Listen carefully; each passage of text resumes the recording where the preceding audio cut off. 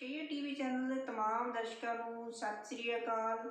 ਮੈਂ ਹਾਂ ਪਰਮਵੀਰ ਕੌਰ ਤੇ ਮੇਰੇ ਨਾਲ ਨੇ ਡਾਕਟਰ ਸਵਰਨਜੀਤ ਕੌਰ, ਜਿਹੜੇ ਕਿ ਚਲੰਤ ਮਸਲਿਆਂ ਤੇ ਡਿਸਕਸ ਕਰਦੇ ਨੇ ਸਾਡੇ ਨਾਲ।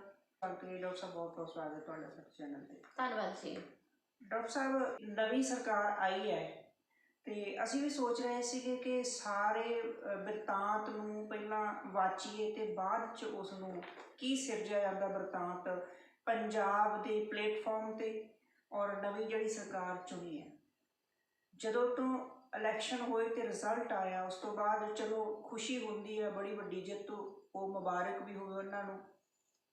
ਔਰ ਲੋਕ ਵੀ ਕਹਿੰਦੇ ਤੇ खुद उस सत्ताधारी पार्टी के जोड़े नुमाइंदे ने वो भी कहते कि बदलाव आ गया पंजाब दे विच पूरी तरह। जदों आपां उन्होंने सपोर्टरां नूं लोकां नाल वोटां दे नाल गल कीती तो उन्होंने कहा कि रवायती पार्टियां तो लोग अक्के हुए सी, पूरी तरह सफाया करके रवायती पार्टियां दा हुण बदलाव लिआंदा पंजाब च। पर जेकर आपां देखिए डॉक्टर साहब, जिवें रिजल्ट आने तो बाद जित की खुशी दे विच दरबार साहब जिहड़ा पंजाब दे लोकां दा मक्का है, मुकद्दस एक स्थान है जिथे हर कोई बंदा कोई प्राप्ति करन तो बाद शुकराना अदा करन जांदा उस अकाल पुरख वाहिगुरू दा, गुरु रामदास पातशाह जी दे स्थान ते दरबार साहब अमृतसर। तो दरबार साहब तक रोड शो जिहड़ा कढ़िया जाता है, पंजाब दे लोग भी उहदे विच हुम हुमा के शामिल होंदे, क्योंकि भगवंत मान जी कहंदे ने कि पंजाब दा 3.5 करोड़ जिहड़ा पंजाब दा वासी हैगा वो सारा ही मुख मंत्री है। सो कहण दा भाव कि जे इन्नी वड्डा सत्कार आदर सीएम साहब दिंदे ने तां फिर लोकां दा तां बनदा ही सी जाना। कुछ उन्होंने पॉपुलैरिटी भी सी, लोगों के मनां च उन्होंने सत्कार सी, क्योंकि लोग कहते कि असीं बदलाव लैके आंदा है। सो रोड शो दे विच शामिल होए, खबरां निकल के ये भी आईयां कि रोड शो दे विच जिहड़ा खर्चा होया, साडे कोल चिट्ठी भी पहुंची जिहदे उपर चीफ सैकटरी साहब दे साइन भी ने, और रोड शो का खर्चा लोगों की जेब चों ही होया, इधर उधर वाया करके, चाहे वह खजाने चों होया सरकारी। और दर्शकों ये असीं पुख्ता नहीं कह सकते, क्योंकि जो साडे कोल चिट्ठी पहुंची उहदे हिसाब नाल असीं तुहानूं इत्थे दस रहे हां। ते उहदे विच जिहड़ा खर्चा आया, पहली तां गल जे आपां उदाहरण लईए, जिहड़ी इतिहास दे विच सुणिया जांदा, आपां सुणदे आम ही कि माता गंगा जी पंचम पातशाह दे जिहड़े महल सीगे, ਜਦੋਂ ਪੁੱਤਰ ਪ੍ਰਾਪਤੀ ਦੇ ਲਈ ਬਾਬਾ ਬੁੱਢਾ ਜੀ ਕੋਲ ਜਾਂਦੇ ਨੇ ਤੇ ਬੜੇ ਤਾਮ-ਝਾਮ ਦੇ ਨਾਲ ਤਾਂ ਵਾਪਸ ਆ ਜਾਂਦੇ ਨੇ ਉਹ ਵੀ। ਜਦੋਂ ਗੁਰੂ ਪਾਤਸ਼ਾਹ ਉਹਨਾਂ ਨੂੰ ਕਹਿੰਦੇ ਕਿ ਵੀ ਨਹੀਂ, ਜਦੋਂ ਇਹੋ ਜਿਹੇ ਸਾਈਂ ਫਕੀਰਾਂ ਦੇ ਦਰ 'ਤੇ ਜਾਈਦਾ ਨਾ ਤਾਂ ਫਿਰ ਉਦੋਂ ਬੜੇ ਨਿੰਮੋ ਝੂਣੇ ਨਿਮਾਣੇ ਨਿਤਾਣੇ ਹੋ ਕੇ ਜਾਈਦਾ। ਸੋ ਦੁਬਾਰਾ ਫਿਰ ਮਾਤਾ ਗੰਗਾ ਜੀ ਬੜੇ ਸਾਦੇ ਢੰਗ ਨਾਲ ਜਾਂਦੇ ਨੇ, ਗੰਢੇ ਦੇ ਨਾਲ ਕਹਿੰਦੇ ਮਿੱਸੀ ਰੋਟੀ ਲੈ ਕੇ ਜਾਂਦੇ ਨੇ ਤੇ ਫਿਰ ਵਰ ਮਿਲਦਾ ਦਲ ਭੰਜਨ ਗੁਰ ਸੂਰਮਾ ਬੜ ਜੋਧਾ ਭਾਰੀ। ਉਹ ਸਾਰਿਆਂ ਨੂੰ ਪਤਾ ਇਹ ਹੋਈ ਆ ਜਾਂ ਨਹੀਂ ਹੋਈ ਚੀਜ਼, ਕਿਉਂਕਿ ਕੁਝ ਵਿਚਾਰਵਾਨਾਂ ਦੀ ਇਹ ਵਿਚਾਰ ਨੇ ਕਿ ਅਜਿਹਾ ਕੁਝ ਨਹੀਂ ਹੋਇਆ, ਕਿਉਂਕਿ ਪੰਚਮ ਪਾਤਸ਼ਾਹ ਜਿਹੜੇ ਖੁਦ ਆਪ ਰੱਬੀ ਰੂਪ ਸੀਗੇ ਉਹ ਕਿਸੇ ਦੇ ਕੋਲ ਦਾਤ ਲੈਣ ਲਈ ਕਿਉਂ ਭੇਜਣਗੇ। ਇਹ ਗੱਲਾਂ ਬਾਅਦ ਦੀਆਂ, ਪਰ ਇੱਕ ਫਾਰ ਐਗਜ਼ਾਮਪਲ, ਸੋ ਜੇ ਗੁਰੂ ਮਹਿਲ ਸਾਦੇ ਢੰਗ ਨਾਲ ਜਾ ਸਕਦੇ ਆ ਤੇ ਜਿਹੜੀ ਕੋਈ ਪ੍ਰਾਪਤੀ ਸਾਡੀ ਸਰਕਾਰ ਨੂੰ ਹੋਈ ਆ, ਜਿਹੜੀ ਮੌਜੂਦਾ ਸਰਕਾਰ ਨੂੰ, ਤਾਂ ਕੀ ਜ਼ਰੂਰੀ ਸੀਗਾ ਕਿ ਦਰਬਾਰ ਸਾਹਿਬ ਇੰਨੇ ਜਾਹੋ ਜਲਾਲ ਨਾਲ ਜਾਣਾ, ਵੀ ਮਤਲਬ ਗੁਰੂ ਘਰ ਜਾਣਾ ਤਾਂ ਫਿਰ ਨਿਮਾਣੇ ਨਿਤਾਣੇ ਹੋ ਕੇ ਨਹੀਂ ਜਾਇਆ ਜਾ ਸਕਦਾ ਸੀਗਾ? ਕੀ ਅਸੀਂ ਗੁਰੂ ਨੂੰ ਇਹ ਦਿਖਾਉਣ ਗਏ ਹਾਂ ਕਿ ਅਸੀਂ ਬਹੁਤ ਵੱਡੇ ਹੋ ਗਏ ਹਾਂ ਤੇ ਇੱਥੋਂ? ਇੱਕ ਤਾਂ ਹੈ। दूसरा, ਜਦੋਂ ਸਹੁੰ ਚੁੱਕ ਸਮਾਗਮ ਹੋਇਆ, ਚਲੋ ਵਧੀਆ ਗੱਲ ਹੈ ਕਿ ਉਹ ਸ਼ਹੀਦ ਆਜ਼ਮ ਭਗਤ ਸਿੰਘ ਦੇ ਜਿਹੜਾ ਨਿਵਾਸ ਸਥਾਨ 'ਤੇ ਆ ਕੇ ਉੱਥੇ ਹੋਇਆ ਹੈ ਸਹੁੰ ਚੁੱਕ ਸਮਾਗਮ, ਉਹਦੇ 'ਤੇ ਬੜਾ ਵੱਡਾ ਖਰਚਾ ਆਇਆ। ਆਪਾਂ ਦੇਖਿਆ, ਤੁਸੀਂ ਵੀ ਦੇਖਿਆ, ਆਪਾਂ ਉੱਥੇ ਕਵਰੇਜ ਵੀ ਕੀਤੀ ਕਿ ਕਿਸ ਤਰੀਕੇ ਦੇ ਨਾਲ ਵੱਡੇ ਵੱਡੇ ਢੇਰ ਫੁੱਲਾਂ ਦੇ ਉੱਥੇ ਲੱਗੇ ਹੋਏ ਸੀਗੇ, ਵਿਛਾਏ ਗਏ ਔਰ ਡੈਕੋਰੇਸ਼ਨ ਕੀਤੀ ਗਈ ਆ। ਤੇ ਉੱਥੇ 40 ਏਕੜ ਦੱਸਿਆ ਜਾਂਦਾ, 46 ਏਕੜ ਸੌਰੀ, ਜ਼ਮੀਨ ਦੀ ਜਿਹੜੀ ਕਣਕ ਸੀਗੀ ਉਹ ਜਿਹੜੀ ਵਾਹ ਦਿੱਤੀ ਗਈ ਸੀ, ਵਿਛਾ ਦਿੱਤੀ ਗਈ ਸੀ ਬਲਡੋਜ਼ਰ ਚਲਾ ਕੇ। ਇਹ ਸਾਰੀਆਂ ਚੀਜ਼ਾਂ ਕਿੰਨਾ ਜਿਹਨੂੰ ਅੰਨ ਨੂੰ ਪਰਮੇਸ਼ਵਰ ਦਾ ਰੂਪ ਦਿੱਤਾ ਜਾਂਦਾ, ਕਿਉਂਕਿ ਜਦੋਂ ਅੰਨ ਸਾਡੇ ਬੰਦੇ ਦੇ ਅੰਦਰ ਜਾਂਦਾ ਤਾਂ ਉਹਨੂੰ ਤਾਕਤ ਦਿੰਦਾ, એનર્ਜੀ ਦਿੰਦਾ, ਉਹੀ ਅੰਨ ਖਾ ਕੇ ਬੰਦਾ ਕੁਝ ਕਰਨ ਦੇ ਕਾਬਲ ਹੁੰਦਾ। ਸੋ ਉਸ ਅੰਨ ਦਾ, ਉਸ ਪਰਮੇਸ਼ਵਰ ਦਾ ਜਿਸ ਤਰੀਕੇ ਦੇ ਨਾਲ ਅਪਮਾਨ ਕੀਤਾ ਗਿਆ, ਤੋਹੀਨ ਕੀਤੀ ਗਈ ਆ ਬਲਡੋਜ਼ਰ ਫੇਰ ਕੇ, ਉਹ ਵੀ ਸਾਰਿਆਂ ਨੇ ਦੇਖਿਆ। ਵੈਸੇ ਜੇ ਕੋਈ ਮਾੜਾ ਜਿਹਾ ਇਸ ਤਰ੍ਹਾਂ ਦੀ ਹਰਕਤ ਕਰ ਦਿੰਦਾ ਤੇ ਉਹਦੇ 'ਤੇ ਕੇਸ ਬਣ ਜਾਂਦਾ ਜੀ। ਇਹਨੇ ਅਨਾਜ ਜਿਹੜਾ, ਮੇਰੇ ਖਿਆਲ ਕੋਈ ਧਾਰਾ ਵੀ ਹੈਗੀ ਆ, ਜਿਹੜਾ ਖੜੀ ਫਸਲ ਜਿਹੜੀ ਆ ਪੱਕਣ ਤੇ ਆਈ ਹੋਈ ਆ, ਉਹ ਬਰਬਾਦ ਕੀਤੀ ਆ, ਉਹਦੇ ਤਹਿਤ ਕੋਈ ਉਹਦੇ 'ਤੇ ਲੱਗਦੀ ਵੀ ਧਾਰਾ, ਐਕਸ਼ਨ ਵੀ ਲਿਆ ਜਾਂਦਾ। ਸੋ ਸਾਰੇ, ਕਿਉਂਕਿ ਇਹ ਵੱਡੇ ਲੋਕ ਨੇ, ਤਾਕਤਾਂ ਨੇ ਇਹਨਾਂ ਦੇ ਕੋਲ, ਕਿਹਨੇ ਐਕਸ਼ਨ ਲੈਣਾ। ਪਿੱਛੇ ਜੇ ਮੈਂ ਇੰਟਰਵਿਊ ਦੇਖ ਰਹੀ ਸੀ ਕਿਸੇ ਉਸ ਜਿਹੜਾ ਉਹ ਜ਼ਮੀਨ ਦਾ ਮਾਲਕ ਸੀਗਾ, ਕਿ ਤੁਹਾਨੂੰ ਐਂਕਰ ਸਾਹਿਬ ਪੁੱਛ ਰਹੇ ਸੀ ਕਿ ਤੁਹਾਨੂੰ ਮੁਆਵਜ਼ਾ ਮਿਲ ਗਿਆ, ਕਹਿੰਦੇ ਜੀ ਕੋਈ ਗੱਲ ਨਹੀਂ, ਮਿਲ ਜਾਏਗਾ। ਪਟਵਾਰੀ ਜਿਹੜੇ ਹੈਗੇ, ਤਹਿਸੀਲਦਾਰ ਪਟਵਾਰੀ, ਉਹ ਹਾਲੇ ਉਹ ਇਨਕੁਆਇਰੀ ਕਰਦੇ ਪਏ ਨੇ। ਸਮਝ ਨਹੀਂ ਆਉਂਦੀ ਕਿਹੜੀ ਇਨਕੁਆਇਰੀ ਕਰਨੀ ਹੈ। ਚਲੋ ਖੈਰ, ਉਹ ਉਹਨਾਂ ਦਾ ਮਸਲਾ। ਜਿਨ੍ਹਾਂ ਨੇ ਜ਼ਮੀਨ ਵਹਾਈ ਆ ਤੇ ਜਿਨ੍ਹਾਂ ਨੇ ਵਾਹੀ ਆ, ਇਹ ਆਪਸ ਵਿੱਚ ਨਜਿੱਠਣ। ਪਰ ਗੱਲ ਫਿਰ ਆ ਜਾਂਦੀ, ਬਦਲਾਅ ਫਿਰ ਕਿੱਥੇ ਆ? ਬਦਲਾਅ ਕਿਹੜਾ ਹੈ ਕਿ ਜਿਹੜਾ ਇਹਨਾਂ ਨੇ ਆਉਂਦਿਆਂ ਹੀ ਉਹੀ ਕੁਛ, ਸਗੋਂ ਉਸ ਰਵਾਇਤੀ ਪਾਰਟੀਆਂ ਤੋਂ ਵੀ ਵੱਧ ਕੇ ਕੁਛ ਕੀਤਾ, ਤਾਂ ਫਿਰ ਅਸੀਂ ਕਿਹੜੇ ਮੂੰਹ ਨਾਲ ਕਹਿੰਦੇ ਆ ਕਿ ਬਦਲਾਅ ਆ ਗਿਆ? ਜਾਂ ਉਹਨਾਂ ਨੂੰ ਚਾਹੁਣ ਵਾਲੇ, ਵੋਟਾਂ ਪਾਉਣ ਵਾਲੇ ਕਿਹੜੇ ਮੂੰਹ ਨਾਲ ਕਹਿੰਦੇ ਕਿ ਬਦਲਾਅ ਲਿਆਂਦਾ? ਕਿਹੜੇ ਚੀਜ਼ ਨਾਲ ਬਦਲਾਅ ਲਿਆਂਦਾ? ਜੇ ਅਸੀਂ ਕਹਿੰਦੇ ਵੀ ਸੀ ਵੀ ਆਹ ਬਦਲਾਅ ਵਾਲੀ ਕੋਈ ਗੱਲ ਨਹੀਂ ਦਿਖਦੀ, ਤਾਂ ਉਹ ਕਹਿੰਦੇ ਸੀ ਰਵਾਇਤੀ ਪਾਰਟੀਆਂ ਨੇ ਨਹੀਂ ਖਰਚੇ ਕੀਤੇ, ਤੇ ਫਿਰ ਤੁਸੀਂ ਕਿਹੜੇ ਮੂੰਹ ਨਾਲ ਕਹਿੰਦੇ ਕਿ ਬਦਲਾਅ ਆ ਗਿਆ? ਥੋੜਾ ਜਿਹਾ ਚਾਨਣ ਪਾਇਓ ਉਹਦੇ ਤੇ। ਗੱਲ ਇਹ ਹੈ ਪਰਮਵੀਰ ਕਿ ਜਿਹੜੀ ਗੱਲ ਤੁਸੀਂ ਕਹਿ ਰਹੇ ਹੋ ਬਿਲਕੁਲ ਜਾਇਜ਼ ਕਹਿ ਰਹੇ ਹੋ। ਕਾਰਨ ਕਿ ਪੰਜਾਬ ਤਾਂ ਪਹਿਲਾਂ ਹੀ ਕਰਜ਼ੇ ਵਿੱਚ ਨਪੀੜਿਆ ਪਿਆ ਜੀ। ਪੰਜਾਬ ਦੇ ਕਿਸਾਨ ਮਜ਼ਦੂਰ ਖੁਦਕੁਸ਼ੀਆਂ ਕਰ ਰਹੇ ਨੇ, ਤੇ ਇੱਥੇ ਪੈਸਾ ਬਚਾਉਣ ਦੀ ਲੋੜ ਹੈ। ਤੇ ਜਿਹੜਾ ਅੰਮ੍ਰਿਤਸਰ ਦੇ ਵਿੱਚ ਖਰਚਾ ਹੋਇਆ, ਜਾਂ ਜਿਹੜਾ ਖਟਕੜ ਕਲਾਂ ਦੇ ਵਿੱਚ ਸਹੁੰ ਚੁੱਕ ਸਮਾਗਮ ਤੇ ਖਰਚਾ ਹੋਇਆ, ਉਸ ਨੂੰ ਸੰਕੋਚ ਕੇ ਵਰਤਿਆ ਜਾ ਸਕਦਾ ਸੀ, ਤੇ ਪਤਾ ਨਹੀਂ ਕਿੰਨੇ ਕੁ ਲੋਕਾਂ ਦਾ ਮੂੰਹ ਉਹਦੇ ਨਾਲ ਭਰਿਆ ਜਾ ਸਕਦਾ ਸੀ। ਕੋਈ ਹੋਰ ਮੱਦਾਂ ਵੀ ਭਰੀਆਂ ਜਾ ਸਕਦੀਆਂ ਸੀ, ਕਿਉਂਕਿ ਜਦੋਂ ਅਸੀਂ ਕਰਜ਼ੇ 'ਚ ਡੁੱਬੇ ਹੋਈਏ ਤਾਂ ਅਸੀਂ ਪੈਸਾ ਦੰਦਾਂ ਨਾਲ ਫੜ ਕੇ ਰੱਖਦੇ ਸੀ, ਤੇ ਸਾਨੂੰ ਇਹ ਹੁੰਦਾ ਕਿ ਅਸੀਂ ਇੱਥੋਂ ਵੀ ਬਚਾ ਲਈਏ, ਇੱਥੋਂ ਵੀ ਬਚਾ ਲਈਏ। ਪਰ ਨਵੀਂ ਸਰਕਾਰ ਨੇ ਇਹਦੇ ਵਾਲੇ ਪਾਸੇ ਕੋਈ ਧਿਆਨ ਨਹੀਂ ਦਿੱਤਾ, ਤੇ ਜਿਹੜੇ ਸਮਰਥਕ ਨੇ ਇਸ ਪਾਰਟੀ ਦੇ, ਉਹ ਕਹਿੰਦੇ ਨੇ ਕਿ ਜੇ ਦੂਜੀਆਂ ਪਾਰਟੀਆਂ ਇੰਨਾ ਕੁਛ ਕਰ ਗਈਆਂ, ਤਾਂ ਜੇ ਇਹਨਾਂ ਨੇ ਮਾੜਾ ਮੋਟਾ ਖਰਚਾ ਕਰ ਵੀ ਦਿੱਤਾ ਤਾਂ ਕੀ ਆਖਰ ਆ ਗਈ? ਨਹੀਂ ਭਾਈ, ਆਖਰ ਤਾਂ ਬਹੁਤ ਆ ਗਈ। ਕਾਰਨ ਇਹ ਕਿ ਜਿਵੇਂ ਆਪਾਂ ਕਹਿੰਦੇ ਬਦਲਾਓ ਲਿਆਂਦਾ, ਜੇ ਬਦਲਾਓ ਲਿਆਂਦਾ ਤਾਂ ਬੜੇ ਸਾਦਾ ਤਰੀਕੇ ਨਾਲ, ਕਿਉਂਕਿ ਭਗਵੰਤ ਮਾਨ ਜੀ ਨੇ ਖੁਦ ਇਕੱਲਿਆਂ ਨੇ ਸਹੁੰ ਚੁੱਕੀ ਉੱਥੇ। ਜੇ ਬਦਲਾਅ ਡਾਕਟਰ ਸਾਹਿਬ ਲਿਆਂਦਾ ਸੀ ਤੇ ਫਿਰ ਦਿਖਣਾ ਵੀ ਤਾਂ ਚਾਹੀਦਾ ਸੀ ਨਾ, ਪ੍ਰੈਕਟੀਕਲ ਹੋਣਾ ਤਾਂ ਚਾਹੀਦਾ ਸੀ ਨਾ। ਬਦਲਾਅ ਆ ਗਿਆ, ਉਹ ਤਾਂ ਸ਼ੁਰੂ ਤੋਂ ਹੋਣਾ ਚਾਹੀਦਾ ਸੀ। ਜਿਵੇਂ ਤੁਸੀਂ ਕਿਹਾ ਕਿ ਅੰਮ੍ਰਿਤਸਰ ਗਏ ਤਾਂ ਨਿਮਾਣੇ ਨਤਾਣੇ ਬਣ ਕੇ ਇਕੱਲੇ ਵੀ ਜਾ ਸਕਦੇ ਸੀ। ਬਿਲਕੁਲ। ਲੋਕਾਂ ਨੂੰ ਬੱਸਾਂ ਤੇ ਭਰ ਕੇ ਲਿਜਾਉਣ ਦੀ ਲੋੜ ਨਹੀਂ ਸੀ। ਪਰੇਸ਼ਾਨੀ ਵੱਖਰੀ, ਆਮ ਜਨਤਾ ਨੇ ਪਰੇਸ਼ਾਨੀ ਵੱਖਰੀ ਝੱਲੀ। ਦੂਸਰੀ ਗੱਲ, ਜੇ ਖਟਕੜ ਕਲਾਂ ਵੀ ਗਏ ਸੀ, ਜੇ ਮੁੱਖ ਮੰਤਰੀ ਸਾਹਿਬ ਨੇ ਇਕੱਲਿਆਂ ਨੇ ਸਹੁੰ ਚੁੱਕਣੀ ਸੀ, ਤਾਂ ਇਹ ਇਕੱਲੇ, ਜਾਂ ਅਰਵਿੰਦ ਕੇਜਰੀਵਾਲ ਸਾਹਿਬ ਜਾਂ ਗਵਰਨਰ ਸਾਹਿਬ, ਉਹ ਇਕੱਲੇ ਵੀ ਉੱਥੇ ਜਾ ਕੇ ਬੜੇ ਸਾਦਾ ਢੰਗ ਦੇ ਨਾਲ ਜਾ ਕੇ ਸਹੁੰ ਚੁੱਕ ਸਕਦੇ ਸੀ। ਬਾਕੀ ਜਨਤਾ ਨੂੰ ਉੱਥੇ ਬੁਲਾਉਣ ਦੀ ਲੋੜ ਨਹੀਂ ਸੀ, ਉਹ ਤਾਂ ਆਪਣੇ ਸੋਸ਼ਲ ਮੀਡੀਆ ਰਾਹੀਂ ਵੀ ਸਹੁੰ ਚੁੱਕ ਸਕਦੇ ਸੀ। ਸੋ ਅੱਜ ਦਾ ਜ਼ਮਾਨਾ ਜਿਹੜਾ ਹੈ ਬਹੁਤ ਐਡਵਾਂਸ ਹੈ ਟੈਕਨੋਲੋਜੀ ਦੇ ਹਿਸਾਬ ਦੇ ਨਾਲ, ਔਰ ਇਹ ਲੋਕ ਤਾਂ ਟੈਕਨੋਲੋਜੀ ਦੇ ਵਿੱਚ ਬੜੇ ਆਪਣੇ ਆਪ ਨੂੰ ਐਡਵਾਂਸ ਮੰਨਦੇ ਨੇ। ਸੋ ਇਹ ਦੋਨੋਂ ਹੀ ਗੱਲਾਂ ਜਿਹੜੀਆਂ ਨੇ ਕਿਤੇ ਵੀ ਬਦਲਾਅ ਦੀ ਨੀਤੀ ਨਹੀਂ ਦਰਸਾਉਂਦੀ। ਜੇ ਇਹਨਾਂ ਦੇ ਸਮਰਥਕ ਕਹਿੰਦੇ ਨੇ ਕਿ ਜੇ ਇਹਨਾਂ ਨੇ ਇੰਨਾ ਕੁ ਖਰਚ ਕਰ ਦਿੱਤਾ ਤਾਂ ਕੀ ਹੋਇਆ, ਪਰ ਭਾਈ ਬਦਲਾਅ ਕਿੱਥੇ? ਫਿਰ ਜੇ ਅਸੀਂ ਉਹਨਾਂ ਪਾਰਟੀਆਂ ਦੇ ਵਾਂਗ ਹੀ ਕਰਨਾ ਹੈ ਤਾਂ ਫਿਰ ਸਾਨੂੰ ਪਹਿਲੀਆਂ ਪਾਰਟੀਆਂ ਮਾੜੀਆਂ ਸੀ। ਜੋ ਕੁਝ ਹੋਈ ਜਾਂਦਾ ਸੀ ਉਹੀ ਕੁਝ ਇਹ ਕਰ ਰਹੇ ਆ, ਤਾਂ ਬਦਲਾਅ ਕਿੱਥੇ? ਕਿਉਂਕਿ ਬਦਲਾਅ ਤਾਂ ਪਹਿਲੇ ਦਿਨ ਤੋਂ ਹੀ ਦਿਸਣਾ ਸ਼ੁਰੂ ਹੋ ਜਾਣਾ ਚਾਹੀਦਾ ਸੀ, ਤੇ ਇਸ ਕਰਕੇ ਇਹਨੂੰ ਬਦਲਾਅ ਨਹੀਂ ਅਸੀਂ ਮੰਨ ਸਕਦੇ। ਹਾਂ, ਬਦਲੇ ਦੀ ਨੀਤੀ ਕਿਤੇ ਨਾ ਕਿਤੇ ਮੰਨੀ ਜਾ ਸਕਦੀ ਹੈ। ਹਾਂ, ਇਹ ਚੀਜ਼ ਹੈ। ਸੋ ਇਹ ਤਾਂ ਫਿਰ ਉਹ ਹੋਇਆ ਨਾ ਡਾਕਟਰ ਸਾਹਿਬ, ਵੀ ਮੰਗੇਰੀ ਲਾਲ ਜਿਹੜਾ ਹੈਗਾ ਉਹਨੇ ਵਿਹੜਾ ਕਰਤਾ ਗੰਦਾ ਜੀ, ਬਾਹਰ ਕੱਢਣਾ ਸੀ ਚੰਗੇਰੀ ਲਾਲ ਨੂੰ ਲੈ ਕੇ ਆਉਣਾ, ਤੇ ਚੰਗੇਰੀ ਲਾਲ ਨੇ ਆਣ ਕੇ ਉਸ ਤੋਂ ਵੀ ਜ਼ਿਆਦਾ ਬਾਹਰੋਂ ਜੋ ਗੰਦ ਪੈਲ ਜੋ ਲੈ ਕੇ ਆਇਆ ਸੀ ਵਿਹੜਾ, ਉਸ ਤੋਂ ਵੀ ਗੰਦਾ ਕਰ ਦਿੱਤਾ। ਇਹਨੂੰ ਕਹਿੰਦੇ ਨੇ ਬਦਲਾ। ਸ਼ਾਇਦ ਉਹਨਾਂ ਦੀਆਂ ਨਜ਼ਰਾਂ 'ਚ ਇਹੀ ਬਦਲਾਅ ਹੋਵੇ। ਸੋ ਬਦਲਾਅ ਜੇ ਕਰਨਾ ਸੀਗਾ, ਪੈਰ ਧਰਾਵੇ ਦੇ ਨਾਲ ਹੀ ਬਦਲਾਅ ਨਜ਼ਰ ਆਉਣਾ ਚਾਹੀਦਾ ਸੀਗਾ ਭਗਵੰਤ ਮਾਨ ਸਾਹਿਬ ਹੋ ਜਾਣਾ ਸੀ।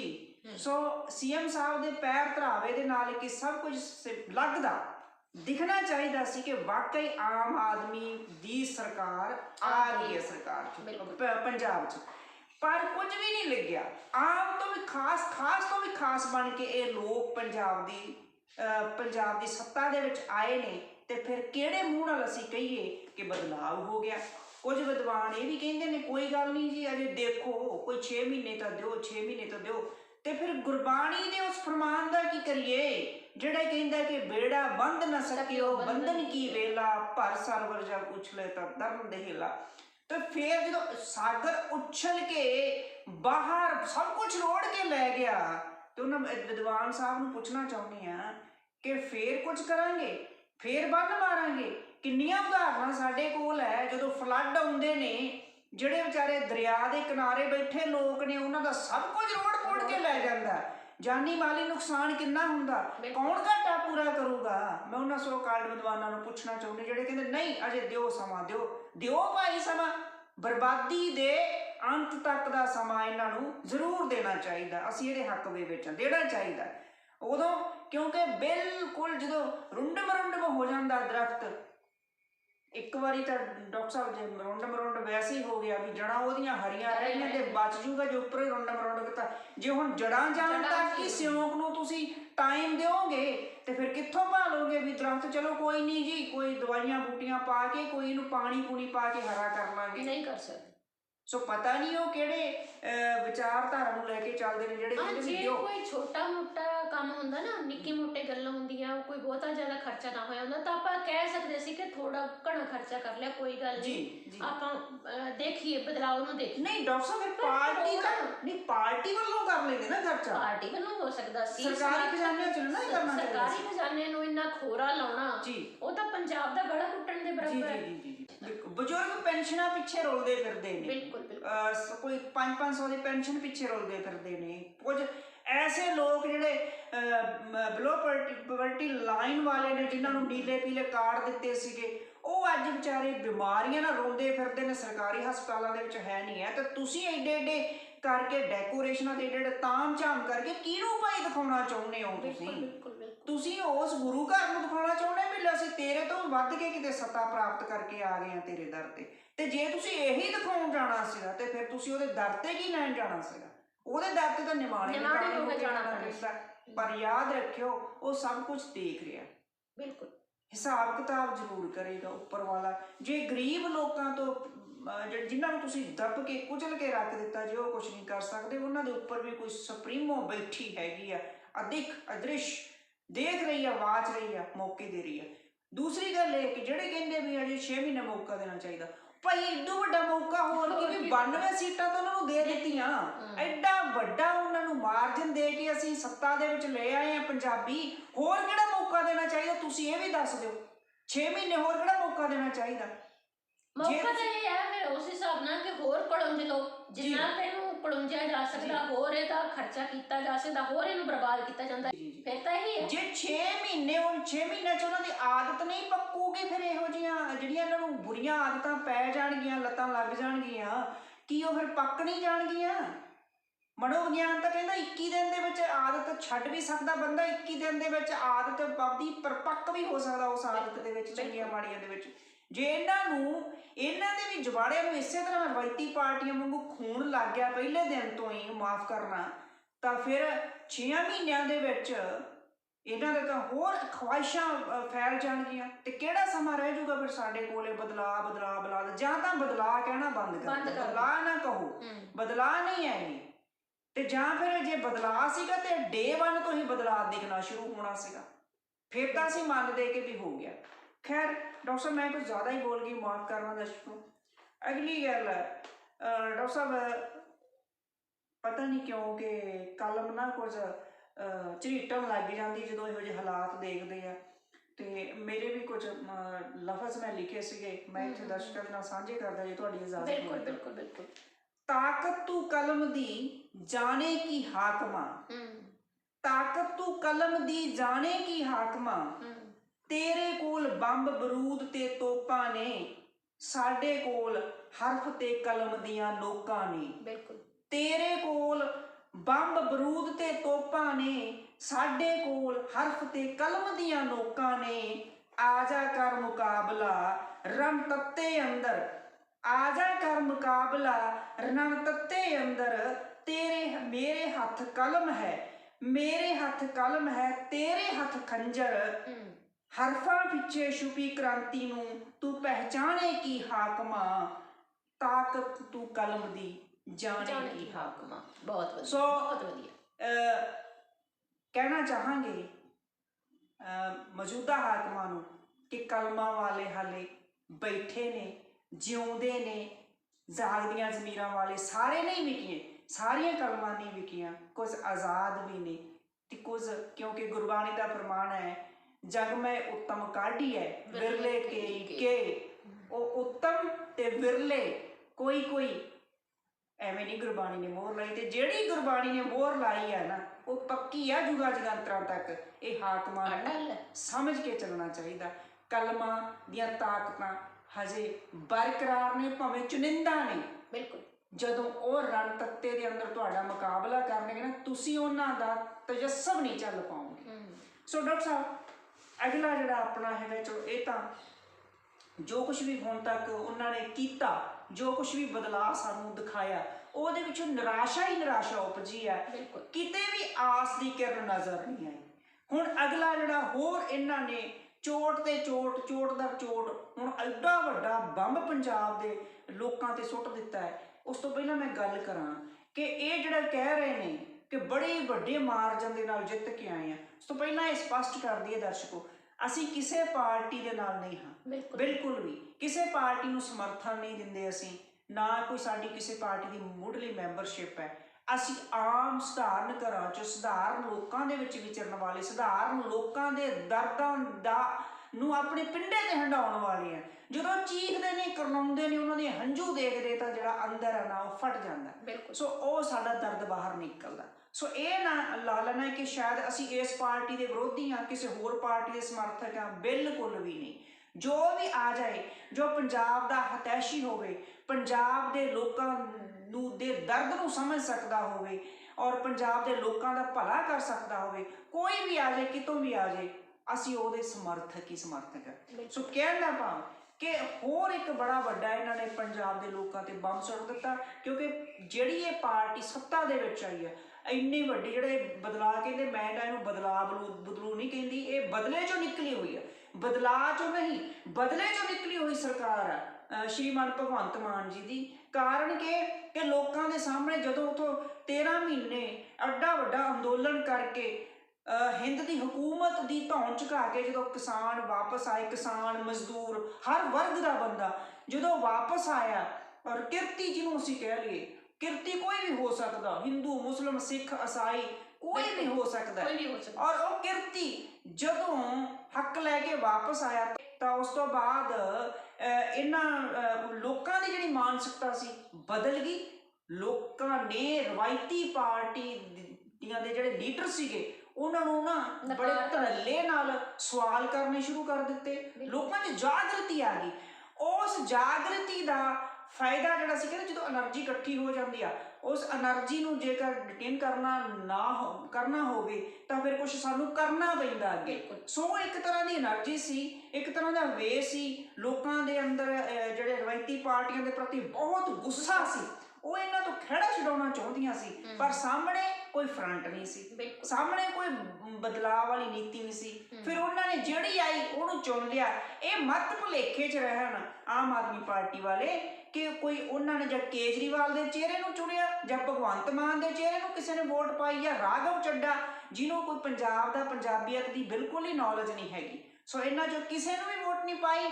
ਵੋਟ ਲੋਕਾਂ ਦੇ ਜਿਹੜੇ ਗੁੱਸੇ 'ਚੋਂ ਨਿਕਲ ਮੈਨੂੰ ਸੱਤਾ 'ਚ ਆਈ ਆ। ਸੋ ਇਹ ਸਮਝ ਲੈਣਾ ਚਾਹੀਦਾ ਲੋਕਾਂ ਦੀ ਮਾਨਸਿਕਤਾ ਨੂੰ, ਪੰਜਾਬੀਆਂ ਦੀ ਮਾਨਸਿਕਤਾ ਨੂੰ, ਜਿਹੜੀ ਦਿੱਲੀ ਦੇ ਵਿੱਚ ਹਾਈ ਕਮਾਂਡ ਬੈਠੀ ਆਮ ਆਦਮੀ ਪਾਰਟੀ ਦੀ ਤੇ ਸੀਐਮ ਸਾਹਿਬ ਨੂੰ ਵੀ। ਸੋ ਜਿਹੜਾ ਹੁਣ ਰਾਜ ਸਭਾ ਦੀਆਂ ਜਿਹੜੀਆਂ ਆਈਆਂ ਨੇ, ਇਹਨਾਂ ਨੇ ਸਿਲੈਕਟ ਕੀਤੇ ਨੇ ਨਾਮ, ਉਹਦੇ ਵਿੱਚ ਪੰਜਾਬ ਦੀ ਨੁਮਾਇੰਦਗੀ ਕਰਨ ਵਾਲਾ, ਪੰਜਾਬ ਦੀ ਮਾਨਸਿਕਤਾ ਨੂੰ ਸਮਝਣ ਵਾਲਾ ਕੋਈ ਇਹਨਾਂ ਨੂੰ ਮਿਲਿਆ ਹੀ ਨਹੀਂ। ਦੇਖੋ 5 ਬੰਦੇ ਚੁਣਨੇ ਸੀ ਜੀ, ਤੇ 5 ਬੰਦਿਆਂ ਦੇ ਵਿੱਚੋਂ ਕੋਈ ਵੀ ਅਜਿਹਾ ਬੰਦਾ ਨਹੀਂ ਲੱਭਦਾ ਜੀ ਜਿਹੜਾ ਪੰਜਾਬੀ ਤੇ ਪੰਜਾਬੀਅਤ ਦੀ ਗੱਲ ਕਰ ਸਕਦਾ ਹੋਵੇ। ਜੀ ਜੀ ਠੀਕ ਹੈ।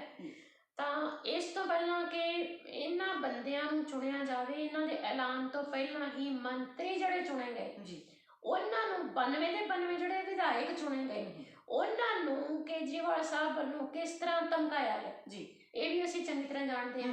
ਉਸ ਧਮਕਾਉਣ ਦੇ ਪਿੱਛੇ ਜਾਂ ਉਸ ਡਰਾਉਣ ਦੇ ਪਿੱਛੇ, ਧਮਕੀ ਨਾ ਕਹਿ ਲਓ, ਇੱਕ ਤਰ੍ਹਾਂ ਡਰਾਵਾ ਤਾਂ ਸੀ। ਕਲਾਸ ਦਾ ਮਤਲਬ ਕੀ ਹੁੰਦਾ? ਕਲਾਸ ਦਾ ਮਤਲਬ ਇਹ ਹੈ ਕਿ ਉਹਨਾਂ ਨੂੰ ਇੱਕ ਤਰ੍ਹਾਂ ਨਾਲ ਦੱਸਿਆ ਗਿਆ ਕਿ ਭਾਈ ਤੁਸੀਂ ਸਾਡੇ ਹੱਥ ਦੀ ਕਠਪੁਤਲੀ ਹੋ, ਜਿਵੇਂ ਅਸੀਂ ਚਾਹਾਂਗੇ ਤੁਹਾਨੂੰ ਉਵੇਂ ਵਰਤਿਆ ਜਾਊਗਾ। ਤਾਂ ਕਿ ਉਹ ਕੱਲ ਨੂੰ ਜਿਹੜੇ ਅਸੀਂ ਮੰਤਰੀ ਮਤਲਬ ਰਾਜ ਸਭਾ ਵਾਸਤੇ ਨਾਮ ਐਲਾਨਣੇ ਆ ਉਹਨਾਂ ਨੂੰ ਵੋਟ ਪਾ ਕੇ ਅੱਗੇ ਭੇਜਣ, ਕਿੰਤੂ ਪ੍ਰੰਤੂ ਨਾ ਕਰ। ਸਭ ਤੋਂ ਵੱਡੀ ਤਾਂ ਗਲਤੀ ਇਹੀ ਕੀਤੀ ਗਈ ਕਿਉਂਕਿ ਉਹ ਲੋਕਾਂ ਦੇ ਚੁਣੇ ਹੋਏ ਨੁਮਾਇੰਦੇ ਆ, ਇਹਨਾਂ ਦੇ ਹੱਥ ਦੀ ਕਠਪੁਤਲੀ ਨਹੀਂ ਹੈ। ਅਗਲੀ ਗੱਲ, ਜਿਹੜੇ 5 ਬੰਦੇ ਚੁਣੇ ਗਏ ਉਹਨਾਂ ਵਿੱਚ ਜੇ ਸਭ ਤੋਂ ਪਹਿਲਾਂ ਰਾਘਵ ਚੱਡਾ ਦਾ ਨਾਮ ਆਉਂਦਾ, ਰਾਘਵ ਚੱਡਾ ਜਿਹੜਾ ਹੈ ਉਹ ਦਿੱਲੀ ਦਾ ਵਿਧਾਇਕ ਹੈ। ਤੇ ਇੱਕ ਗੱਲ ਹੋਰ ਵੀ ਹੈ ਪਰਮਵੀਰ, ਮੈਨੂੰ ਤਾਂ ਸ਼ੱਕ ਹੈ ਕਿ ਰਾਘਵ ਚੱਡਾ ਉਮਰ ਦੀ ਹੱਦ ਵੀ ਸ਼ਾਇਦ ਪੂਰੀ ਨਹੀਂ ਕਰਦਾ। ਭਾਵੇਂ ਹੋ ਸਕਦਾ ਕਰਦਾ ਹੋਵੇ ਪਰ ਲੱਗਦਾ ਨਹੀਂ ਹੈ ਕਿਉਂਕਿ 30 ਸਾਲ ਤੋਂ ਉੱਪਰ ਦੀ ਉਮਰ ਦਾ ਬੰਦਾ ਜਿਹੜਾ ਉਹ ਰਾਜ ਸਭਾ ਲਈ ਚੁਣਿਆ ਜਾਂਦਾ ਕਿਉਂਕਿ ਉਹ ਸਿਆਣਿਆਂ ਦੀ ਪਾਰਟੀ, ਮਤਲਬ ਸਿਆਣੀ ਉਮਰ ਦੇ ਲੋਕਾਂ ਦੀ ਪਾਰਟੀ ਮੰਨੀ ਜਾਂਦੀ, ਸੰਸਦ ਮੰਨੀ ਜਾਂਦੀ, ਸਭਾ ਮੰਨੀ ਜਾਂਦੀ ਹੈ, ਜਿਹਦੇ ਵਿੱਚ ਸੂਬਿਆਂ ਵੱਲੋਂ ਚੁਣ ਕੇ 238 ਜਿਹੜੇ ਲੋਕ ਨੇ ਉਹ ਵੱਖ-ਵੱਖ ਜਿਹੜੇ ਖੇਤਰ ਨੇ ਉਹਨਾਂ ਦੇ ਮਾਹਰ ਹੁੰਦੇ।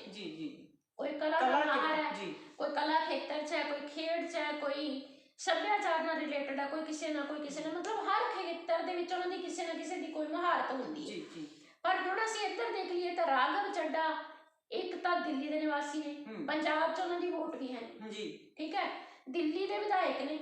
ਦਿੱਲੀ ਦੇ ਵਿਧਾਇਕ ਹੋਣ ਦੇ ਨਾਤੇ ਪੰਜਾਬ ਦੀ ਮਾਤ ਬੋਲੀ ਜਿਹੜੀ ਹੈ ਪੰਜਾਬੀ, ਉਹ ਵੀ ਨਹੀਂ ਉਹ ਬੋਲ ਸਕਦੇ, ਠੀਕ ਹੈ।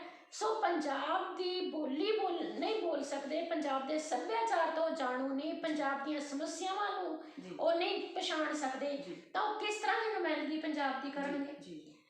ਅਗਲੀ ਗੱਲ ਕਹੀ ਜਾਂਦੀ ਹੈ ਕਿ ਉਹ ਸ਼ਾਇਦ ਕੇਜਰੀਵਾਲ ਸਾਹਿਬ ਦੇ ਦਾਮਾਦ ਬਣਨ ਜਾ ਰਹੇ ਨੇ। ਤਾਂ ਹੋ ਸਕਦਾ ਹੈ, ਕੱਲ ਇੱਕ ਚੈਨਲ ਵਾਲੇ ਕਹਿ ਰਹੇ ਸੀ ਕਿ ਜਿਵੇਂ ਰਾਜਾ ਪੁਰਾਣੇ ਜ਼ਮਾਨੇ ਦੇ ਵਿੱਚ ਕੋਈ ਨਾ ਕੋਈ ਜਾਗੀਰ ਦੇ ਦਿੰਦਾ ਸੀ, ਇਸ ਤਰੀਕੇ ਨਾਲ ਕੇਜਰੀਵਾਲ ਜੀ ਨੇ ਰਾਘਵ ਚੱਡਾ ਨੂੰ ਇਹ ਪੰਜਾਬ ਦੀ ਜਾਗੀਰ ਸੌਂਪ। ਬਿਲਕੁਲ ਜੀ, ਲੋਕਾਂ ਦਾ ਕਹਿਣਾ, ਆਪਾਂ ਨਹੀਂ ਕਹਿ ਸਕਦੇ ਇਸ ਬਾਰੇ। ਤਾਂ ਆਪਾਂ ਨੂੰ ਰਿਜ਼ਲਟ ਸਿਰਫ ਇਹ ਹੈ ਕਿ ਇੱਕ ਤਾਂ ਉਹ ਦਿੱਲੀ ਦੇ ਨਿਵਾਸੀ ਨੇ, ਦਿੱਲੀ ਦੇ ਵਿਧਾਇਕ ਨੇ, ਦੂਸਰੀ ਗੱਲ ਉਹਨਾਂ ਦੀ ਸ਼ਾਇਦ ਉਮਰ ਵੀ ਪੂਰੀ ਨਾ ਹੋਵੇ, ਇਹ ਕਨਫਰਮ ਨਹੀਂ ਹੈ ਮੈਨੂੰ। ਤੀਸਰੀ ਗੱਲ ਕਿ ਉਹ ਪੰਜਾਬੀ ਨਹੀਂ ਜਾਣਦੇ ਜਾਂ ਪੰਜਾਬ ਦੀਆਂ ਸਮੱਸਿਆਵਾਂ ਬਾਰੇ ਉਹ ਜਾਣੂ ਨਹੀਂ ਹੈ। ਕੁੱਲ ਮਿਲਾ ਕੇ ਪੰਜਾਬ ਦੀ ਮਾਨਸਿਕਤਾ ਤੋਂ ਬਿਲਕੁਲ ਅਣਪਿੱਛ ਨੇ।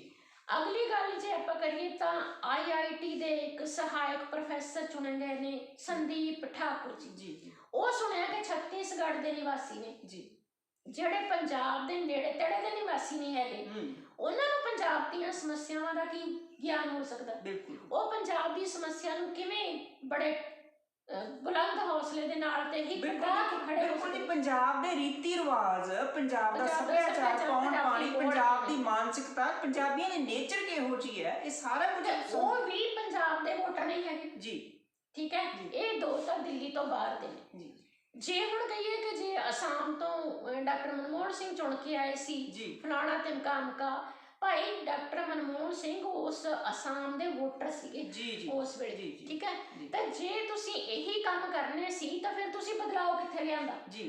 ਇੱਕ ਤਾਂ ਪੰਜਾਬ ਤੋਂ ਬਾਹਰ ਦੇ ਜਿਹੜੇ 2 ਲੋਕ ਚੁਣੇ ਗਏ, ਉਹਨਾਂ ਲੋਕਾਂ ਦੀ ਮਾਨਸਿਕਤਾ ਹੀ ਪੰਜਾਬ ਦੀ ਨਹੀਂ ਹੈਗੀ, ਨਾ ਉਹ ਪੰਜਾਬ ਦੀ ਮਾਨਸਿਕਤਾ ਨੂੰ ਸਮਝ ਸਕਦੇ। ਡਾਕਟਰ ਸਾਹਿਬ, ਮੈਂ ਇੱਥੇ ਫਿਰ ਇੱਕ ਵਾਰੀ ਕੋਡ ਕਰ ਦਿਆਂਗੇ ਗੱਲ ਦੁਬਾਰਾ।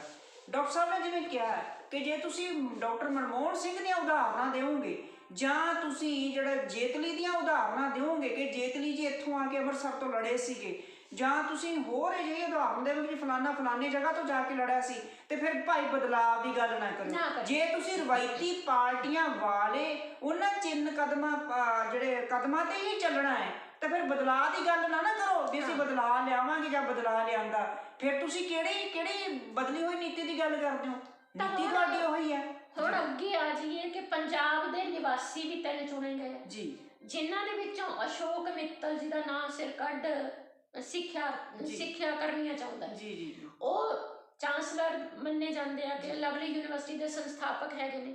ਡਾਕਟਰ ਸਾਹਿਬ ਇੱਥੇ ਇੱਕ ਹੋਰ ਮੈਂ ਟਿੱਪਣੀ ਕਰਾਂ ਵੀ ਲਵਲੀ ਯੂਨੀਵਰਸਿਟੀ ਸੰਸਥਾਪਕ, ਮੈਂ ਇਹਨਾਂ ਦਾ ਸਾਰਾ ਬਾਇਓਡਾਟਾ ਫਰੋਲ ਮਾਰਿਆ, ਮੈਨੂੰ ਕਿਤੇ ਨਹੀਂ ਲੱਗਾ ਕਿ ਇਹ ਪਿਛੋਕੜ ਹੈਗਾ ਵੀ ਹਲਵਾਈ ਸੀਗੇ ਤੇ ਹਲਵਾਈ ਪਹਿਲਾਂ ਜੀ ਜੀ ਮਠਿਆਈ ਵੇਚਦੇ ਵੇਚਦੇ ਡਿਗਰੀਆਂ ਵੇਚਣੀਆਂ ਸ਼ੁਰੂ ਕਰਤੀਆਂ, ਡਿਗਰੀਆਂ ਤੋਂ ਬਾਅਦ ਫਿਰ ਮੈਂ ਇਹਨਾਂ ਦਾ ਸਾਰਾ ਫਰੋਲ ਕੇ ਦੇਖ ਕੇ ਆਲੇ ਦੁਆਲੇ ਦੇ ਪਿੰਡਾਂ 'ਚ ਝਹੇੜੂ ਜਿੱਥੇ ਲਵਲੀ ਯੂਨੀਵਰਸਿਟੀ ਬਣੀ ਹੋਈ ਹੈ ਕਿ ਉੱਥੇ ਉਹ ਕਹਿੰਦੇ ਜੀ ਕੁਝ ਪ੍ਰਾਪਰਟੀ ਜਿਹੜੀ ਆ ਉਹ ਖਰੀਦੀ ਗਈ ਬਹੁਤ ਸਸਤੇ ਭਾਅ ਦੇ ਵਿੱਚ ਤੇ ਕੁਝ ਜ਼ਬਰਦਸਤੀ ਐਕਵਾਇਰ ਕੀਤੀ ਗਈ, ਕਿਉਂਕਿ ਉੱਥੇ ਜਿਹੜੇ ਭਾਰਤ ਹਕੂਮਤ ਦੇ ਵੱਡੇ ਨੇਤਾ ਜਿਹੜੇ ਉੱਥੇ ਇਹਨਾਂ ਦੇ ਪਹੁੰਚਦੇ ਸੀਗੇ ਯੂਨੀਵਰਸਿਟੀ ਦੇ ਵਿੱਚ ਤੇ ਇਸ ਚੀਜ਼ ਜੀ ਜੀ ਸੋ ਪਿੱਛੇ ਉਹਨਾਂ ਦਾ ਜਿਹੜਾ ਆਸ਼ੀਰਵਾਦ ਸੀਗਾ, ਇਸ ਕਰਕੇ ਸੋ ਜੀ ਹਰ ਸਾਮ-ਦਾਮ ਦੰਡ ਭੇਦ ਦੀ ਨੀਤੀ ਅਪਣਾ ਕੇ ਉਹ ਚਹੇੜੂ ਪਿੰਡ ਦੀ ਪੂਰੀ ਜ਼ਮੀਨ ਜਿਹੜੀ ਆ ਆਪਣੇ ਕਬਜ਼ੇ 'ਚ ਕੀਤੀ ਗਈ। ਇੱਕ ਹੋਰ ਵੀ ਇਹਨਾਂ ਤੇ ਇਲਜ਼ਾਮ ਲੱਗਦਾ ਜੀ, ਇਹਨਾਂ ਨੇ 70 ਕਰੋੜ ਰੁਪਈਆ ਜਿਹੜਾ ਸੀਗਾ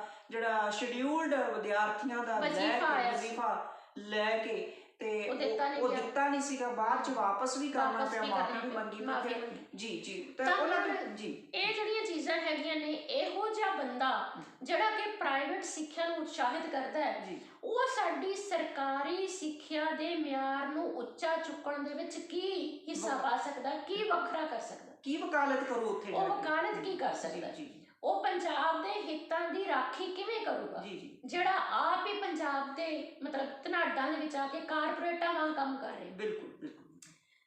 ਤੇ ਅਗਲੀ ਗੱਲ ਚੌਥੇ ਨੰਬਰ ਤੇ ਆਪਾਂ ਲੈ ਲਈਏ ਸੰਜੀਵ ਅਰੋੜਾ ਜੀ, ਜਿਹੜੇ ਕਿ ਮੁੱਖ ਉਦਯੋਗਪਤੀ ਹੈ। ਮੁੱਖ ਉਦਯੋਗਪਤੀ ਹੋਣ ਦੇ ਨਾਤੇ ਉਹਨਾਂ ਨੂੰ ਕਿਹਾ ਜਾਂਦਾ ਕਿ ਬ੍ਰੈਸਟ ਕੈਂਸਰ ਵਗੈਰਾ ਦੀ ਕੋਈ ਸਮਾਜ ਭਲਾਈ ਵੀ ਕਰਦੇ ਆ, ਪਰ ਉਹਨਾਂ ਤੇ ਵੀ ਇਲਜ਼ਾਮ ਤਰਾਸ਼ੀ ਹੁੰਦੀ ਹੈ ਕਿ ਉਹਨਾਂ ਨੂੰ ਵੀ 10 ਲੱਖ ਦਾ ਜੁਰਮਾਨਾ ਸੇਬੀ ਵੱਲੋਂ ਲਗਾਇਆ ਗਿਆ ਜੀ ਜੀ ਕਿਉਂਕਿ ਉਹ ਆਪਣੇ ਆਪ ਨੂੰ ਜ਼ਮੀਨਾਂ ਦੇ ਲੈਣ ਦੇਣ ਦੇ ਵਿੱਚ ਉਹ ਵੀ ਬਹੁਤ ਸਿਰ ਕੱਢ ਮੰਨੇ ਜਾਂਦੇ ਆ ਤੇ ਉਹਦੇ ਘਪਲਿਆਂ ਦੇ ਵਿੱਚ ਉਹਨਾਂ ਦਾ ਨਾਮ ਵੀ ਆਉਂਦਾ। ਰੀਅਲ ਐਸਟੇਟ ਦਾ ਕੰਮ ਕਰਦੇ, ਰੀਅਲ ਐਸਟੇਟ ਦਾ ਕੰਮ ਵੀ ਕਰਦੇ ਆ। ਸੋ ਉਹ ਜਿਹੜੇ ਹੈ ਬੁੱਢੇ ਨਾਲ ਦੀ ਸਫਾਈ ਵਾਸਤੇ ਜਾਂ ਵਾਤਾਵਰਣ ਦੀ ਸੁਰੱਖਿਆ ਵਾਸਤੇ ਕੀ ਯੋਗਦਾਨ ਪਾ ਸਕਦੇ, ਜਿਹੜੇ ਆਪ ਉਦਯੋਗਪਤੀ ਹੋਣ ਦੇ ਨਾਤੇ ਉਹਨਾਂ ਕਾਰਖਾਨੇਦਾਰਾਂ ਦੇ ਵਿੱਚ ਹੀ ਸ਼੍ਰੇਣੀ ਦੇ ਵਿੱਚ ਹੀ ਸ਼ਾਮਲ ਨੇ। ਜੀ ਜੀ ਜਾਂ ਡਾਕਟਰ ਸਾਹਿਬ ਇੱਕ ਤਾਂ ਗੱਲ ਕਰ ਦੇਣਾ ਕੈਂਸਰ ਦੀ ਕਿ ਉਹਦੇ ਆਪਣੇ ਪੇਰੈਂਟਸ ਸ਼ਾਇਦ ਇਸ ਬਿਮਾਰੀ ਦੇ ਨਾਲ ਗਏ ਦੁਨੀਆ ਤੋਂ, ਗੱਲ ਕਰ ਦੇਣਾ ਜਾਂ ਪ੍ਰੈਕਟੀਕਲੀ ਹਾਲੇ ਤੱਕ ਕੋਈ ਸਾਹਮਣੇ ਨਹੀਂ ਆਇਆ ਵੀ ਕਿੰਨੇ ਪ੍ਰੈਕਟੀਕਲੀ ਅਜੇ ਕੁਝ ਸਾਹਮਣੇ ਨਹੀਂ ਆਇਆ। ਤਾਂ ਇਹ ਜਿਹੜੇ ਸਮਾਜ ਸੇਵਾ ਦੇ ਨਾਂ ਤੇ ਇਹਨਾਂ ਨੂੰ ਚੁਣਿਆ ਗਿਆ, ਮੇਰੇ ਹਿਸਾਬ ਨਾਲ ਲੋਕ ਕਹਿੰਦੇ ਆ ਕਿ ਇਹ ਚੀਜ਼ ਜਿਹੜੀ ਹੈ ਉਹ ਵੀ ਬੰਦਾ ਕੰਮ ਦਾ ਨਹੀਂ ਹੈ ਜਿਹੜਾ ਕਿ ਸਹੀ ਤਰੀਕੇ ਨਾਲ ਪੰਜਾਬ ਦੀ ਆਵਾਜ਼ ਨਹੀਂ ਚੁੱਕ ਸਕਦਾ। ਤੇ ਹੁਣ ਸਾਡੇ 5ਵੇਂ ਨੰਬਰ ਤੇ ਆ ਜਾਂਦੇ ਨੇ ਹਰਭਜਨ ਭੱਜੀ ਜੀ। ਹਰਭਜਨ ਭੱਜੀ ਭਾਵੇਂ ਬਹੁਤ ਵਧੀਆ ਕ੍ਰਿਕਟਰ ਰਿਹਾ ਹੈ, ਠੀਕ ਹੈ, ਖੇਡ ਦੇ ਖੇਤਰ ਵਿੱਚ ਉਹਦਾ ਨਾਮਣਾ ਹੈਗਾ ਨਾ, ਪਰ ਪੰਜਾਬ ਦੇ ਹਿੱਤਾਂ ਨੂੰ ਉਹਨੇ ਕਿਹੜੇ ਵੇਲੇ ਚੁੱਕਿਆ? ਆਪਾਂ ਦੇਖਦੇ ਹਾਂ ਕਿ ਜਦੋਂ ਕਿਸਾਨੀ ਮੋਰਚਾ ਲੱਗਿਆ ਹੋਇਆ ਸੀ, ਉਸ ਕਿਸਾਨੀ ਮੋਰਚੇ ਦੇ ਵਿੱਚ ਇਸ ਬੰਦੇ ਨੇ ਕਦੇ ਵੀ ਕਿਸਾਨੀ ਹਿੱਤਾਂ ਦੀ ਗੱਲ ਨਹੀਂ ਕੀਤੀ, ਬਲਕਿ ਇਹਦੇ ਟਵੀਟ ਜਿਹੜੇ ਆਉਂਦੇ ਨੇ ਉਹ ਮੋਦੀ ਪੱਖੀ ਆਉਂਦੇ ਨੇ, ਕਿਸਾਨਾਂ ਦੇ ਹਮਾਇਤ ਦੇ ਵਿੱਚ ਇਹ ਕਦੇ ਨਹੀਂ ਖੜਾ। ਸੋ ਜਿਹੜਾ ਕਿਸਾਨਾਂ ਦੀ ਹਮਾਇਤ ਦੇ ਵਿੱਚ ਨਹੀਂ ਖੜਾ ਤੇ ਪੰਜਾਬ ਤਾਂ ਖੇਤੀ ਪ੍ਰਧਾਨ ਸੂਬਾ ਭਾਈ, ਤੇ ਖੇਤੀ ਪ੍ਰਧਾਨ ਸੂਬੇ ਦੇ ਵਿੱਚ ਜਿਹੜਾ ਕਿਸਾਨਾਂ ਦਾ ਗਲਾ ਹੁਣੇ ਘੁੱਟਣ ਦੇ ਆਹਰ ਵਿੱਚ ਲੱਗਿਆ ਹੋਇਆ ਹੈ, ਤੇ ਰਾਜ ਸਭਾ ਦੇ ਵਿੱਚ ਜਾ ਕੇ ਕਿਸਾਨਾਂ ਦੇ ਹਿੱਤਾਂ ਦੀ ਜਾਂ ਪੰਜਾਬ ਦੇ ਹਿੱਤਾਂ ਦੀ ਗੱਲ ਕਿਵੇਂ ਕਰੂਗਾ? ਬਿਲਕੁਲ ਜੀ, ਸੱਭਿਆਚਾਰ ਨਾਲ ਕੋਈ ਦਾ ਲੈਣ ਦੇਣ ਨਹੀਂ ਹੈਗਾ। ਅਗਲੀ ਗੱਲ ਨਾ ਤਾਂ ਇਹਨਾਂ ਨੇ ਵਿਧਾਨ ਸਭਾ ਦੇ ਵਿੱਚ ਐਡੇ ਜਿਹੜੇ ਵਿਧਾਇਕ ਚੁਣ ਕੇ ਆਈਆਂ ਮਹਿਲਾਵਾਂ, ਉਹਨਾਂ ਮਹਿਲਾਵਾਂ ਦੇ ਵਿੱਚੋਂ ਸਿਰਫ ਇੱਕ ਮਹਿਲਾ ਚੁਣੀ, ਉਹ ਵੀ ਪਤਾ ਨਹੀਂ ਸਿਰਫ ਇਸ ਕਰਕੇ ਕਿ ਉਹ ਪ੍ਰੋਫੈਸਰ ਸਾਧੂ ਸਿੰਘ ਦੀ ਬੇਟੀ ਹੈ ਇਸ ਕਾਰਨ ਕਰਕੇ, ਬਾਕੀ ਕਿਸੇ ਮਹਿਲਾ ਦਾ ਇਹਨਾਂ ਨੇ ਨਾਂ ਤੱਕ ਨਹੀਂ ਲਿਆ ਕਿ ਉਹ ਮੰਤਰੀ ਬਣਨੀ ਚਾਹੀਦੀ। ਕਿੱਥੇ ਬਦਲਾਅ ਆ ਗਿਆ? ਰਾਜ ਸਭਾ ਦੇ ਵਿੱਚ ਪੰਜਾਬ ਦੇ ਵਿੱਚ ਇੰਨੀਆਂ ਪੜ੍ਹੀਆਂ ਲਿਖੀਆਂ ਇੰਨੀਆਂ ਸਮਾਜ ਸੇਵੀ ਮਹਿਲਾਵਾਂ ਵੀ ਹੈਗੀਆਂ, ਉਹਨਾਂ ਮਹਿਲਾਵਾਂ ਦੀ ਇਹਨਾਂ ਨੇ ਗੱਲ ਤੱਕ ਨਹੀਂ ਕੀਤੀ। ਬੀਬੀ ਖਾਲੜਾ ਜੀ ਬਾਰੇ ਭਗਵੰਤ ਮਾਨ ਜੀ ਦੇ ਮੂੰਹੋਂ ਆਪਾਂ ਆਪ ਵੀਡੀਓ ਸੁਣੀ ਹੈ, ਕਿੰਨੀ ਵਾਇਰਲ ਹੋਈ ਸੀ, ਉਹ ਹੁਣ ਵੀ ਵਾਇਰਲ ਹੋ ਰਹੀ ਹੈ ਕਿ ਬੀਬੀ ਖਾਲੜਾ ਜੀ ਦੇ ਬਾਰੇ ਤਾਂ ਇਹਨਾਂ ਨੇ ਆਪ ਕਿਹਾ ਸੀ ਕਿ ਉਹਨਾਂ ਨੂੰ ਚੋਣ ਲੜਨ ਦੀ ਕੀ ਲੋੜ ਹੈ, ਉਹਨਾਂ ਨੂੰ ਤਾਂ ਸਿੱਧੇ ਰਾਜ ਸਭਾ 'ਚ ਨਾਮਜ਼ਦ ਕਰ ਦਿੱਤਾ ਜਾਣਾ ਚਾਹੀਦਾ। ਬੜੀ ਵੱਡੀ ਦੇਣ ਆ ਉਹਨਾਂ ਦੀ ਪੰਜਾਬ ਨੂੰ। ਔਰ ਹੁਣ ਇਹ ਆਪਣੇ ਵਾਅਦੇ ਤੋਂ ਮੁੱਕਰ ਗਏ ਜਾਂ ਇਹਨਾਂ ਨੂੰ ਆਪਣਾ ਵਾਅਦਾ ਹੀ ਭੁੱਲ ਗਿਆ ਜਾਂ ਆਪਣੀ ਗੱਲ ਹੀ ਇਹਨਾਂ ਨੂੰ ਭੁੱਲ ਗਈ ਕਿ ਮੈਂ ਆਹ ਵੀ ਕਿਹਾ ਸੀ। ਸੋ ਕੁੱਲ ਮਿਲਾ ਕੇ ਜੇ ਕਿਹਾ ਜਾਵੇ ਤਾਂ ਮੈਨੂੰ ਲੱਗਦਾ ਹੈ ਕਿ ਇਹ ਸਰਕਾਰ ਰਿਮੋਟ ਕੰਟਰੋਲ ਦੇ ਸਹਾਰੇ ਚੱਲ ਰਹੀ ਹੈ ਜੀ ਕਿਉਂਕਿ ਜੇ ਕੇਜਰੀਵਾਲ ਨੇ ਜੋ ਕਿਹਾ ਕੀਤਾ ਉਹਨਾਂ ਦੇ ਆਧਾਰ ਤੇ ਤਾਂ ਸਾਰਾ ਕੁਝ ਹੋ ਗਿਆ। ਜੇ ਭਗਵੰਤ ਮਾਨ ਦੀ ਆਪਣੀ ਮਰਜ਼ੀ ਹੁੰਦੀ ਤਾਂ ਭਗਵੰਤ ਮਾਨ ਨੂੰ ਲਾਜ਼ਮੀ ਪੰਜਾਬ ਦੇ ਵਿੱਚੋਂ ਉਹ 5 ਬੰਦੇ ਲਾਜ਼ਮੀ ਮਿਲ ਜਾਂਦੇ ਜਿਹੜੇ ਪੰਜਾਬ ਦੇ ਹਿੱਤਾਂ ਦੀ ਹਿੱਕ ਡਾ ਕੇ ਖੜ ਸਕਦੇ। ਜੇ ਇਹਨਾਂ ਨੂੰ 42% ਵੋਟਰ ਮਿਲ ਗਏ ਬਦਲਾਅ ਲਿਆਉਣ ਵਾਲੇ, ਹਾਂ ਤੇ ਕੀ ਗੱਲ ਰਾਜ ਸਭਾ ਦੇ ਵਿੱਚ 5 ਅਜਿਹੇ ਜਿਹੜੇ ਸੀਗੇ ਬ੍ਰੇਨੀ ਬੰਦੇ ਨਹੀਂ ਮਿਲੇ, ਜਿਹੜੇ ਜੀਨੀਅਸ ਟਾਈਪ ਦੇ ਬੰਦੇ ਨਹੀਂ ਮਿਲੇ ਇਹਨਾਂ ਨੂੰ ਪੰਜਾਬ ਵਿੱਚ ਬਦਲਾਅ ਲਿਆਉਣ ਵਾਲੇ? ਇੰਨੇ 350 ਕਰੋੜ ਜਿਹੜਾ ਜਨਤਾ ਪੰਜਾਬ ਦੀ ਆ, ਉਹ ਕਹਿੰਦੇ ਵੀ ਲਿਆਂਦਾ ਉਹਨਾਂ ਨੇ ਬਦਲਾਅ ਲਿਆਂਦਾ। 3.5 ਕਰੋੜ ਜਨਤਾ ਜਿਹੜੀ ਪੰਜਾਬ ਦੀ ਉਹਨਾਂ ਨੇ ਬਦਲਾਅ ਲਿਆਂਦਾ। 3.5 ਕਰੋੜ ਦੇ ਵਿੱਚੋਂ 5 ਬੰਦੇ ਜਿਹੜੇ ਰਾਜ ਸਭਾ ਦੇ ਵਿੱਚ ਰਿਪਰੈਜ਼ੈਂਟ ਕਰ ਸਕਦੇ ਇਹਦੇ ਆਪਣੇ ਪੰਜਾਬ ਦੇ ਭੂਗੋਲਿਕ ਸਥਿਤੀ ਬਾਰੇ ਉਹਨੂੰ ਜਾਣਕਾਰੀ ਹੋਣੀ ਚਾਹੀਦੀ ਆ, ਵਾਤਾਵਰਨ ਬਾਰੇ, ਇੱਥੋਂ ਦੀ ਆਬੋ ਹਵਾ ਬਾਰੇ ਕੀ ਹੈ, ਇੱਥੋਂ ਦੇ ਪੌਣ ਪਾਣੀ ਬਾਰੇ, ਬੋਲੀ ਕੀ ਹੈ, ਖਾਣ ਪੀਣ, ਲੋਕਾਂ ਦਾ ਸੁਭਾਅ ਕੀ ਸਮੱਸਿਆਵਾਂ, ਹਰ ਇੱਕ ਚੀਜ਼ ਦਾ ਗਿਆਨ ਉਸ ਬੰਦੇ ਨੂੰ ਹੋਣਾ ਚਾਹੀਦਾ ਹੈ ਜਿਹੜਾ ਬੰਦਾ ਰਾਜ ਸਭਾ 'ਚ ਜਾ ਕੇ ਰਾਜ ਦੀ ਗੱਲ ਕਰ ਸਕੇ। ਨਹੀਂ ਅੱਗੇ ਵੀ ਤਾਂ ਭੇਜੇ ਹੀ ਨੇ, ਢੀਂਡਸਾ ਸਾਹਿਬ ਗਏ ਹੀ ਸੀ ਨਾ ਜੀ। ਕਹਿ ਸਕਦੇ ਹਾਂ ਗੱਲ ਤਾਂ ਉੱਥੇ ਆ ਗਈ, ਬਦਲਾਅ ਦੀ ਗੱਲ ਕਰਦੇ ਲੋਕ ਕਹਿ ਰਹੇ ਕਿ ਬਾਕੀ ਪਾਰਟੀਆਂ ਦੇ ਨੁਮਾਇੰਦਿਆਂ ਨੇ ਤੁਹਾਡਾ ਰਾਜ ਸਭਾ 'ਚ ਜਾ ਕੇ ਕੀ ਕਰ ਲਿਆ। ਉਹ ਭਾਈ ਜੀ ਉਹਨਾਂ ਨੇ ਨਹੀਂ ਕੀਤਾ ਤਾਂ ਹੀ ਤਾਂ ਬਦਲਾਅ ਲਿਆਂਦਾ ਤੁਸੀਂ। ਬਿਲਕੁਲ ਬਿਲਕੁਲ। ਜੇ ਤੁਸੀਂ ਉਹ ਬਦਲਾਅ ਲਿਆਂਦਾ ਤਾਂ ਉਸ ਬਦਲਾਅ ਦੇ ਸਿਰ ਤੇ ਹੁਣ ਇਹ ਬਦਲਾਅ ਦੀ ਪਰੇਸ਼ਾਨੀ ਜਿਹੜੀ ਚੱਲ ਰਹੀ ਹੈ, ਜਾਂ ਇਹ ਜਿਹੜਾ ਸਾਰੀ ਸੁਨਾਮੀ ਬਦਲਾਅ ਦੀ ਚੱਲ ਰਹੀ ਹੈ, ਉਸ ਸੁਨਾਮੀ ਦੇ ਵਿੱਚ ਉਹ ਲੋਕ ਵੀ ਤਾਂ ਸ਼ਾਮਲ ਹੋਣੇ ਚਾਹੀਦੇ ਆ ਜਿਹੜੇ ਰਾਜ ਸਭਾ ਦੇ ਵਿੱਚ ਜਾ ਕੇ ਰਾਜ ਦੀ ਗੱਲ ਕਰ ਸਕਣ। ਡਾਕਟਰ ਸਾਹਿਬ ਜਿਸ ਤਰ੍ਹਾਂ ਵੀਡੀਓ ਕਾਨਫਰੰਸ ਦੇ ਵਿੱਚ ਜਦੋਂ ਕਲਾਸ ਲਾਈ ਗਈ, ਕਲਾਸ ਲਾਉਣਾ ਤਾਂ ਵੈਸੇ ਹੀ ਸ਼ਬਦ ਅਨਪਲੇਜ਼ੈਂਟ ਹੈਗਾ ਵੀ ਕਲਾਸ ਲਾਈ ਗਈ, ਕਿਉਂ ਤੂੰ ਉਹਨਾਂ ਦੀ ਕੇਜਰੀਵਾਲ ਸਾਹਿਬ ਕੌਣ ਹੁੰਦੇ ਨੇ ਉਹਨਾਂ ਦੀ ਲੋਕਾਂ ਦੇ ਨੁਮਾਇੰਦਿਆਂ ਦੀ ਜਿਹੜੀ ਕਲਾਸ ਲਾਉਣ ਵਾਲੇ ਵੀ? ਜਿਵੇਂ ਹੁਣ ਜਿੰਨੇ 92 ਵਿਧਾਇਕ ਲੋਕਾਂ ਨੇ ਚੁਣ ਕੇ ਦਿੱਤੇ ਨੇ, ਕੇਜਰੀ ਸਾਹਿਬ ਤੁਸੀਂ ਨਹੀਂ, ਤੁਸੀਂ ਯਾਦ ਕਰੋ ਜਦੋਂ ਇਲੈਕਸ਼ਨ ਤੋਂ ਪਹਿਲਾਂ ਤੁਸੀਂ ਕਹਿੰਦੇ ਸੀ ਵੀ ਅਸੀਂ VOTING ਕਰਵਾਈ ਆ, ਅਸੀਂ ਲੋਕਾਂ ਦੀ ਰਾਏ ਜਾਣਨੀ ਆ, ਤੇ ਮੈਨੂੰ ਪਤਾ ਨਹੀਂ 3 ਕਿੰਨੀਆਂ ਦੱਸਿਆ ਸੀ 3% ਮੈਨੂੰ ਵੋਟਾਂ, ਜੇ 3% ਹੀ ਲੋਕ ਤੁਹਾਨੂੰ ਪਸੰਦ ਕਰਦੇ ਨੇ, ਬਾਕੀ ਸਾਰੀਆਂ ਚਲੋ ਆ ਮਾਨ ਜੀ ਨੂੰ ਪੈ ਗਈਆਂ ਵੋਟਾਂ, ਇਹਨਾਂ ਦੇ ਹੱਕ 'ਚ ਭੁਗਤ ਗਈਆਂ, ਤੇ ਫਿਰ ਤੁਸੀਂ ਕਿਹੜਾ ਦਾਅਵਾ ਕਰਦੇ ਹੋ ਉਹਨਾਂ ਦੇ? ਫਿਰ ਮਾਨ ਸਾਹਿਬ ਨੂੰ ਦਿਓ ਨਾ ਸਾਰਾ ਜੀ ਦਾਰੋਮਦਾਰ, ਬਿਲਕੁਲ, ਤੇ ਤੁਸੀਂ ਆਪਣੇ ਹਿਸਾਬ ਨਾਲ ਕਰੋ ਜੀ। ਤਾਂ ਜਿਹੜਾ ਮੁੱਖ ਮੰਤਰੀ ਹੈ ਉਹਦੀ ਗੱਲ ਹੋਣੀ ਚਾਹੀਦੀ, ਤੁਸੀਂ ਪਿੱਛੋਂ ਡੋਰਾ ਖਿੱਚਦੇ ਹੋ, ਪੁਤਲੀ ਬਣਾ ਕੇ ਰੱਖਿਆ ਹੋਇਆ, ਪੁਤਲੀ ਨੱਚਦੀ ਹੈ ਤੁਹਾਡੇ ਇਸ਼ਾਰਿਆਂ ਤੇ, ਇਹ ਗਲਤ ਗੱਲ ਹੈ। ਦੇਖੋ ਹੋਰ ਵੱਡੀ ਗੱਲ ਕੀ ਤਰਾਸਦੀ ਦੇਖੋ ਕਿ ਆਪਣੇ ਮਾਨ ਸਾਹਿਬ ਜਿਹੜੇ CM ਸਾਹਿਬ ਨੇ, ਜਦੋਂ ਆ ਕੱਲ ਰਾਘਵ ਚੱਡਾ ਦੀ ਉਹ ਭਰੀ ਗਈ ਆ ਨਾਮਜ਼ਦਗੀ ਪੱਤਰ ਦਾਖਲ ਕਰਨ ਦਾ, ਉਹ ਵੀਡੀਓ ਬੜੀ ਵਾਇਰਲ ਹੋ ਰਹੀ ਹੈ ਕਿ ਉਹਨਾਂ ਨੇ ਕਾਲੇ ਕਮੀਜ਼ ਵਾਲਾ ਬੰਦਾ ਉਹਨਾਂ ਦੀ ਬਾਹ ਫੜ ਕੇ ਪਿੱਛੇ ਕਰ ਤੁਸੀਂ ਹੱਥ ਵੀ ਨਹੀਂ ਲਾ ਸਕਦੇ ਨਾਮਜ਼ਦਗੀ ਪੱਤਰ ਨੂੰ। ਇੰਨੀ ਔਕਾਤ ਜਿਹੜੀ ਉਹਨਾਂ ਨੇ ਰੱਖੀ ਹੈਗੀ ਆ CM ਸਾਹਿਬ ਦੀ ਪੰਜਾਬ ਦੇ, ਕਿੱਧਰ ਜਾ ਰਿਹਾ ਪੰਜਾਬ ਦੀ ਅਣਖ ਗੈਰਤ ਕਿੱਥੇ ਮਰ ਗਈ? ਜੀ ਸੋ ਇਹ ਸੋਚਣ ਵਾਲੀ ਗੱਲ।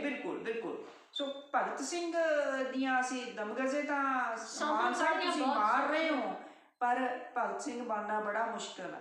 ਜਾਂ ਤਾਂ ਬਣ ਕੇ ਦਿਖਾਓ, ਜਾਂ ਬਦਲਾਅ ਕਰੋ, ਤੇ ਜਾਂ ਫਿਰ ਬਦਲਾਅ ਦੀ ਗੱਲ ਨਾ ਕਰੋ ਕਿ ਅਸੀਂ ਬਦਲਾਅ ਆ ਗਿਆ।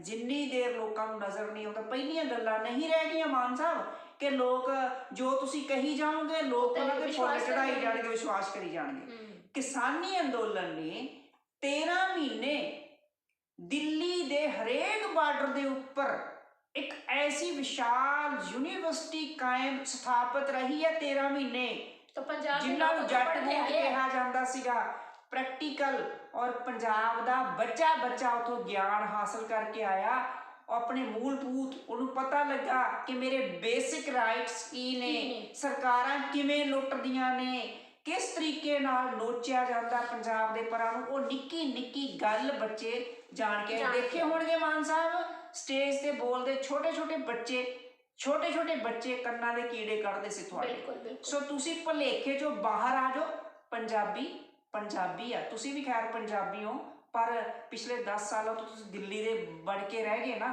ਇਸ ਕਰਕੇ ਪੰਜਾਬੀ ਕਹਿਣ ਨੂੰ ਵੀ ਤੁਹਾਨੂੰ ਦਿਲ ਨਹੀਂ ਕਰਦਾ, ਕਿਉਂਕਿ ਪੰਜਾਬੀ ਨੁਮਾਇੰਦਗੀ ਕਰਦੇ ਸੀ। ਠੀਕ ਆ, ਤੁਸੀਂ ਲੋਕ ਸਭਾ 'ਚ ਬਹੁਤ ਵਧੀਆ ਬੋਲਦੇ ਸੀ, ਪੰਜਾਬ ਦੀਆਂ ਗੱਲਾਂ ਤੁਸੀਂ ਠੀਕ ਹੈ ਚੁੱਕੀਆਂ, ਜੀ ਲੇਕਿਨ ਸਿਰਫ ਉਸ ਭਾਸ਼ਣਬਾਜ਼ੀ ਦੇ ਸਿਰ ਤੇ ਤੁਹਾਡੀ ਕੋਈ ਪ੍ਰਾਪਤੀ ਮੰਨੀ ਜਾਵੇ ਲੱਗਦਾ ਨਹੀਂ। ਬਿਲਕੁਲ ਬਿਲਕੁਲ ਬਿਲਕੁਲ।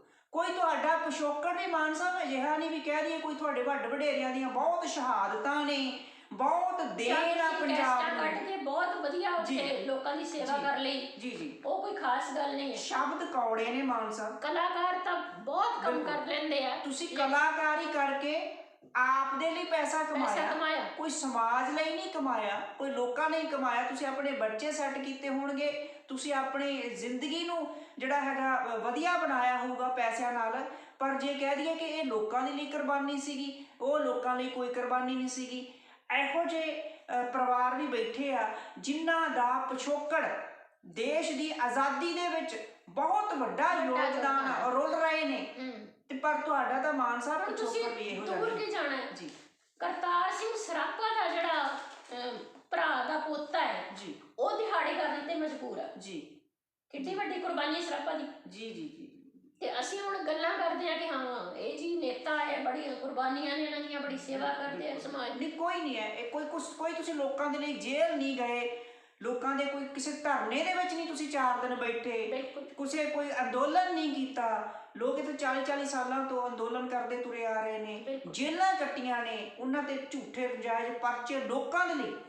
ਕਈ ਤਾਂ ਇਹੋ ਜਿਹੇ ਲੋਕ ਹੈਗੇ ਨੇ ਸਮਾਜ ਸੇਵੀ, ਆਪਣਾ ਨਿੱਜੀ ਪਰਚਾ ਇੱਕ ਵੀ ਨਹੀਂ, ਲੋਕ ਭਲਾਈ ਦੇ ਉਹਨਾਂ ਦੇ ਪਰਚੇ ਆ ਲੋਕਾਂ ਵਾਸਤੇ। ਫਿਰ ਉਹ ਕਿੱਥੇ ਗਏ ਜੀ ਲੋਕ? ਫਿਰ ਉਹਨਾਂ ਨੂੰ ਵੀ ਭੁਲਾ ਕੇ ਜੇ ਤੁਹਾਡੇ ਹੱਥ ਕੋਈ ਤੁਹਾਡੀ ਜੇਲ੍ਹ ਨਹੀਂ ਸੀ ਕੁਛ ਕਰ ਸਕਦੇ, ਤੇ ਜਿਹੜੇ 750 ਕਿਸਾਨ ਸ਼ਹੀਦ ਹੋਇਆ ਉਹਨਾਂ ਦੇ ਪਰਿਵਾਰਾਂ ਚੋਂ ਵੀ ਕੋਈ ਯੋਗ ਬੰਦਾ ਲੱਭ ਕੇ ਉੱਥੇ ਭੇਜ ਦੇ, ਕੋਈ ਇੱਕਤਾ ਕਰਦੇ। ਜੀ ਜੀ ਬਿਲਕੁਲ ਬਿਲਕੁਲ। ਲੋਕਾਂ ਨੂੰ ਪੰਜਾਬੀਆਂ ਨੂੰ ਥੋੜਾ ਸਮਝ ਤਾਂ ਹੁੰਦੀ ਵੀ ਹਾਂ ਕੁਛ ਬਦਲਾਅ ਹੈ। ਬਿਲਕੁਲ ਇਹ ਤਾਂ ਬਿਲਕੁਲ ਹੀ ਟੋਟਲੀ ਬਿਗ ਜ਼ੀਰੋ। ਜੀ ਜੀ। ਕਿੱਡੀ ਵੱਡੀ ਮਾਨ ਸਾਹਿਬ, ਕਿੱਡੀ ਵੱਡੀ ਕੁਰਬਾਨੀ ਹਿਊਮਨ ਰਾਈਟਸ ਦੀ ਜਿਹੜੀ ਪਾਈ, ਕਿੱਡੀ ਵੱਡੀ ਕੁਰਬਾਨੀ ਭਾਈ ਸਾਹਿਬ ਭਾਈ ਖਾਲੜਾ ਜੀ ਦੀ ਸੀ। ਉਹਨਾਂ ਦੀ ਧਰਮ ਪਤਨੀ ਬੀਬੀ ਪਰਮਜੀਤ ਕੌਰ ਖਾਲੜਾ ਡੇਟ ਤੱਕ ਵੀ ਲੋਕਾਂ ਦੀਆਂ ਲੜਾਈਆਂ ਲੜ ਰਹੇ ਨੇ। ਕੀ ਗੱਲ, ਤੁਸੀਂ ਖੁਦ ਕਿਹਾ ਸੀਗਾ, ਤੇ ਹੁਣ ਕੀ ਹੋ ਗਿਆ? ਬਿੱਲੀ ਛਿੱਕ ਗਈ। ਕਿਉਂ ਨਹੀਂ ਲੈ ਕੇ ਜਾਂਦੇ ਰਾਜ ਸਭਾ ਦੇ ਵਿੱਚ ਉਹਨਾਂ ਦੀ ਨਾਮਜ਼ਦਗੀ ਪੱਤਰ ਭਰਿਆ? ਤੁਸੀਂ ਖੁਦ ਆਪ ਸਤਿਕਾਰ ਨਾਲ ਆਪ ਚੱਲ ਕੇ ਜਾਂਦੇ ਨੰਗੇ ਪੈਰੀ ਉਹਨਾਂ ਕੋਲ। ਤੁਹਾਡੀ ਬਹੁਤ ਵੱਡੀ ਦੇਣ ਆ। ਤੁਹਾਡੀ ਤਾਂ ਕੋਈ ਮਾਨ ਸਾਹਿਬ ਦੇਣ ਵੀ ਨਹੀਂ ਹੈਗੀ ਨਾ ਤੁਹਾਡੇ ਵੱਡ ਵਡੇਰਿਆਂ ਦੀ, ਪਰ ਉਹਨਾਂ ਦੀ ਤਾਂ ਦੇਣ ਬੜੀ ਵੱਡੀ ਆ, ਛੋਟੀ ਮੋਟੀ ਨਹੀਂ ਹੈਗੀ। ਜਿਨ੍ਹਾਂ ਨੇ ਪੰਜਾਬ ਦੀ ਜਵਾਨੀ ਦਾ ਜਿਹੜਾ ਕਤਲੇਆਮ ਹੋਇਆ ਸੀ ਉਹਨਾਂ ਦੀ ਪਹਿਚਾਣ ਕਰਵਾਈ। ਸਿਰਫ ਸ਼ਹੀਦ ਭਗਤ ਸਿੰਘ ਦੀ ਸਹੁੰ ਖਾਣਾ ਜਾਂ ਸ਼ਹੀਦ ਭਗਤ ਸਿੰਘ ਦੇ ਪੱਗ ਦੇ ਰੰਗ ਦੀ ਪੱਗ ਬੰਨ੍ਹ ਲੈਣਾ, ਉਹੀ ਬਦਲਾਅ ਨਹੀਂ ਹੈ। ਬਿਲਕੁਲ। ਜਿਹੜੀ ਹੁਣ ਦੂਸਰੀ ਗੱਲ ਆ ਜਾਂਦੀ ਹੈ ਕਿ ਇਹਨਾਂ ਨੇ ਪਹਿਲਾਂ ਮਹਾਰਾਜਾ ਰਣਜੀਤ ਸਿੰਘ ਦੀ ਫੋਟੋ ਵਿਧਾਨ ਸਭਾ ਦੇ ਵਿੱਚੋਂ ਉਤਰਵਾਈ ਜੀ। ਉਸ ਤੇ ਜਦੋਂ ਰੌਲਾ ਪਿਆ ਤਾਂ ਫੇਰ ਹੁਣ ਇਹ ਗੱਲ ਚੱਲੀ ਕਿ ਬੁੱਤ ਲਾ ਦਿਓ ਜੀ।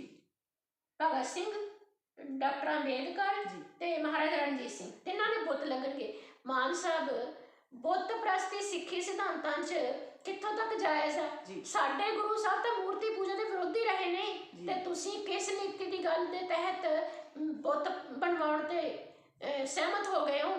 ਇਹਨਾਂ ਬੁੱਤ ਪ੍ਰਸਤੀ ਦੀਆਂ ਨੀਤੀਆਂ ਨਾਲੋਂ ਇਹ ਜਿਹੜੇ ਪੁੱਤ ਪ੍ਰਸਤੀ ਵੱਲ ਆਓ, ਪੁੱਤ ਪ੍ਰਸਤੀ ਵੱਲ ਵੀ ਆਓ, ਤੇ ਇਹਨਾਂ ਦੀ ਵਿਚਾਰਧਾਰਾ ਨੂੰ ਅਪਣਾਓ। ਅਮਲੀ ਰੂਪ ਦੇ ਵਿੱਚ ਵਿਚਾਰਧਾਰਾ ਦੀ ਲੋੜ ਹੈ, ਨਾ ਕਿ ਬੁੱਤਾਂ ਦੀ ਪੂਜਾ ਕਰਨ ਦੀ।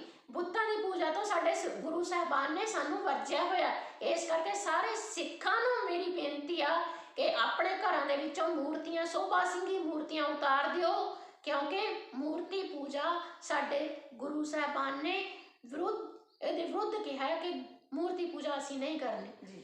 ਸੋ ਮੂਰਤੀ ਪੂਜਾ ਨੂੰ ਛੱਡ ਕੇ ਅਸੀਂ ਵਿਚਾਰਧਾਰਾ ਅਪਣਾਈਏ ਤਾਂ ਕਿ ਵਿਚਾਰਧਾਰਾ 'ਚ ਕੁਝ ਵਿਕਾਸ ਹੋਵੇ। ਸੋ ਮਾਨ ਸਾਹਿਬ, ਬੇਨਤੀ ਹੈ ਸਾਡੀ, ਪੰਜਾਬ ਦੇ ਪੁੱਤਾਂ ਨੂੰ ਬਚਾ ਲਓ, ਬੁੱਤ ਆਪੇ ਬਚ ਜਾਣਗੇ। ਲੋੜ ਬੁੱਤਾਂ ਨੂੰ ਬਚਾਉਣ ਦੀ ਨਹੀਂ ਹੈਗੀ, ਪੁੱਤਾਂ ਨੂੰ ਬਚਾਉਣ ਦੀ ਹੈਗੀ ਆ। ਸੋ ਜਿਨ੍ਹਾਂ ਦੀਆਂ ਵੋਟਾਂ ਤੁਸੀਂ ਲੈਣੀਆਂ, ਜਿਨ੍ਹਾਂ ਦੀਆਂ ਕਮਾਈਆਂ ਦੇ ਨਾਲ ਤੁਸੀਂ ਐਸ਼ ਕਰਨੀ ਆ, ਕਿਉਂਕਿ ਲੋਕਾਂ ਦੇ ਟੈਕਸ ਤੇ ਤੁਸੀਂ ਪੜਨਾ। ਬਿਲਕੁਲ।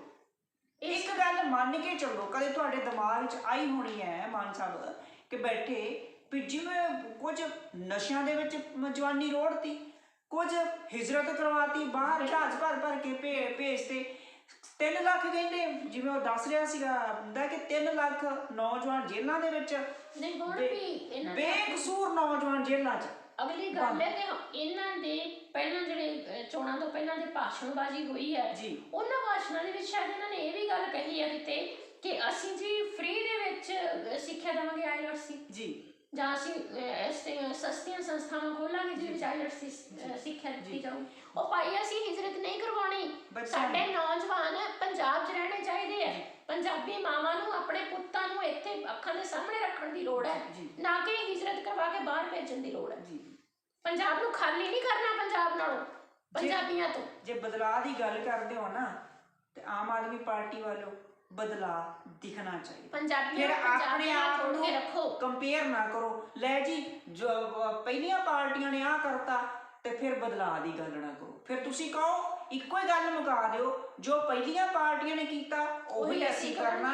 ਵੀ ਸਾਡੀ ਵੀ ਰਾਜ ਦੀ ਨੀਤੀ ਆ, ਸੇਵਾ ਦੀ ਨਹੀਂ। ਵੈਸੇ ਜੇ ਰਾਜ ਦਾ ਅਰਥ ਤੁਹਾਨੂੰ ਪਤਾ ਹੋਵੇ ਮਾਨ ਸਾਹਿਬ, ਰਾਜ ਦਾ ਅਰਥ ਹੁੰਦਾ ਰੱਜਿਆ ਹੋਇਆ। ਜਿਹੜਾ ਆਪ ਰੱਜਿਆ ਹੋਇਆ ਉਹ ਫਿਰ ਦੂਜਿਆਂ ਲਈ ਕੰਮ ਕਰਦਾ। ਹੁਣ ਜਿਹੜੇ ਮੁਕਾਮ ਤੇ 50 ਸਾਲ ਦੇ ਤੁਸੀਂ ਹੈਗੇ ਆ, ਪਰ ਗੱਲ ਇਹ ਆ ਨਾ ਕਿ ਜਦੋਂ ਸਿਆਸਤ 'ਚ ਹੁੰਦਾ ਬੰਦਾ ਉਹ 60 ਸਾਲ ਦਾ ਵੀ ਕਾਕਾ ਹੀ ਹੁੰਦਾ। ਅਗਲੀ ਗੱਲ ਇਹ ਵੀ ਕਹਿੰਦੇ ਕਿ 70 ਸਾਲਾਂ 'ਚ ਕੁਝ ਨਹੀਂ ਹੋਇਆ ਜੀ। ਉਹ ਭਾਈ 70 ਸਾਲਾਂ 'ਚ ਕੁਝ ਨਹੀਂ ਹੋਇਆ ਤਾਂ ਜਿਹੜੀਆਂ ਸੰਸਥਾਵਾਂ ਇੰਨੀਆਂ ਉਸਰ ਗਈਆਂ, ਇੰਨੇ ਹਸਪਤਾਲ ਬਣੇ ਆ, ਇੰਨੇ ਸਕੂਲ ਕਾਲਜ ਬਣੇ ਆ, ਯੂਨੀਵਰਸਿਟੀਆਂ ਬਣੀਆਂ, ਇਹ ਕਿਹਨੇ ਬਣਾਤੀਆਂ? ਮੈਨੂੰ ਇਹ ਲੱਗਦਾ ਵੀ ਮਾਨ ਸਾਹਿਬ ਜੇ ਤੁਸੀਂ 70 ਸਾਲ ਪਹਿਲਾਂ ਪੈਦਾ ਹੋ ਜਾਂਦੇ ਜ਼ਰੂਰ ਕੁਝ ਬਣ ਜਾਂਦਾ। ਸਹੀ ਗੱਲ, ਜ਼ਰੂਰ ਕੁਝ ਬਣ ਜਾਂਦਾ। 70 ਸਾਲਾਂ ਦੇ ਵਿੱਚ ਪੰਜਾਬ ਭੁੱਖਾ ਮਰ ਗਿਆ, ਰੁੱਲ ਗਿਆ, ਕੁਝ ਨਹੀਂ ਸੀ ਪੰਜਾਬ ਦੇ ਕੋਲ, ਲੁੱਟਿਆ ਪੁੱਟਿਆ ਗਿਆ।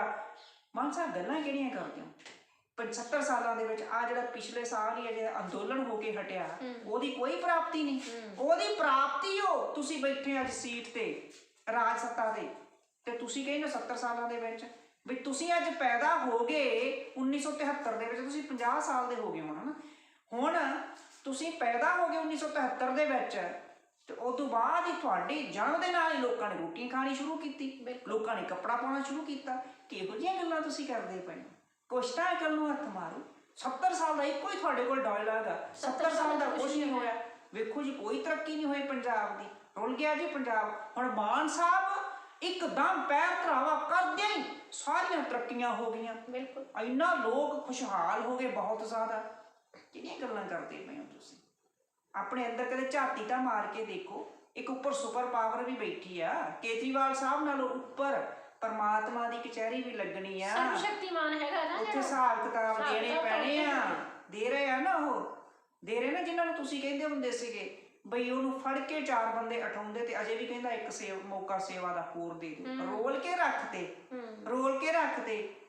ਉਹ ਤੁਸੀਂ ਨਹੀਂ ਰੋਲੇ, ਉਹ ਪੰਜਾਬੀਆਂ ਨੇ ਰੋਲੇ ਆ। ਬਿਲਕੁਲ, ਉਹ ਪੰਜਾਬੀਆਂ ਦੀ ਗੁੱਸੇ ਦੇ ਵਿੱਚੋਂ ਨਿਕਲੀ ਗੱਲ ਹੈ। ਬਿਲਕੁਲ, ਪੰਜਾਬੀਆਂ ਦਾ ਗੁੱਸਾ ਜੇ ਪੰਜਾਬੀਆਂ ਦੇ ਗੁੱਸੇ ਦਾ ਵਹਿਣ ਬਣਾ ਸਕਦੇ ਹਨ, ਜੇ ਪੰਜਾਬੀ ਤਾਜ ਬਣਾ ਸਕਦੇ ਤੇ ਪੰਜਾਬੀ ਪੈਰਾਂ 'ਚ ਦੀ ਰੋੜ ਜੀ। ਜੇ ਪੰਜਾਬੀਆਂ ਦੇ ਗੁੱਸੇ ਦਾ ਵਹਿਣ ਕਦੇ ਤੁਹਾਡੇ ਵੱਲ ਮੁੜ ਗਿਆ ਨਾ ਮਾਨ ਸਾਹਿਬ, ਸੰਭਲਿਆ ਨਹੀਂ ਸੰਭਣਾ।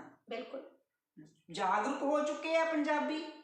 ਹਰ ਇੱਕ ਨੂੰ ਪਤਾ ਹੈ ਤੁਹਾਡੀਆਂ ਨੀਤੀਆਂ ਦਾ, ਤੁਹਾਡੀਆਂ ਨੀਤਾਂ ਦਾ ਵੀ ਪਤਾ ਹੈ। ਔਰ ਤੁਸੀਂ ਇਹ ਨਾ ਸਮਝੋ ਘਰ ਦਾ ਜਿਹੜਾ ਤੁਹਾਡੇ ਕਹਿੰਦੇ ਨਾ ਉਹ ਕਿ ਘਰ ਦਾ ਜੋ ਕੀ ਘਰ ਦਾ ਭੇਤੀ ਲੰਕਾ ਢਾਵੇ, ਤੁਹਾਡੇ ਵਿੱਚ ਹੀ ਬੈਠੇ ਨੇ, ਤੁਹਾਡੇ ਨੇੜੇ ਤੇੜੇ, ਜਿਹੜੇ ਸਾਡੇ ਵਰਗਿਆਂ ਨੂੰ ਸਾਰੇ ਲੋਕਾਂ ਨੂੰ ਦੱਸਦੇ ਨੇ ਵੀ ਤੁਸੀਂ ਕੀ ਕਰ ਰਹੇ ਹੋ ਅੰਦਰ ਖਾਤੇ। ਠੀਕ ਹੈ, ਸੋ ਇਸ ਕਰਕੇ ਸੰਭਲ ਜੋ, ਵੇਲਾ ਹਾਲੇ ਵੀ।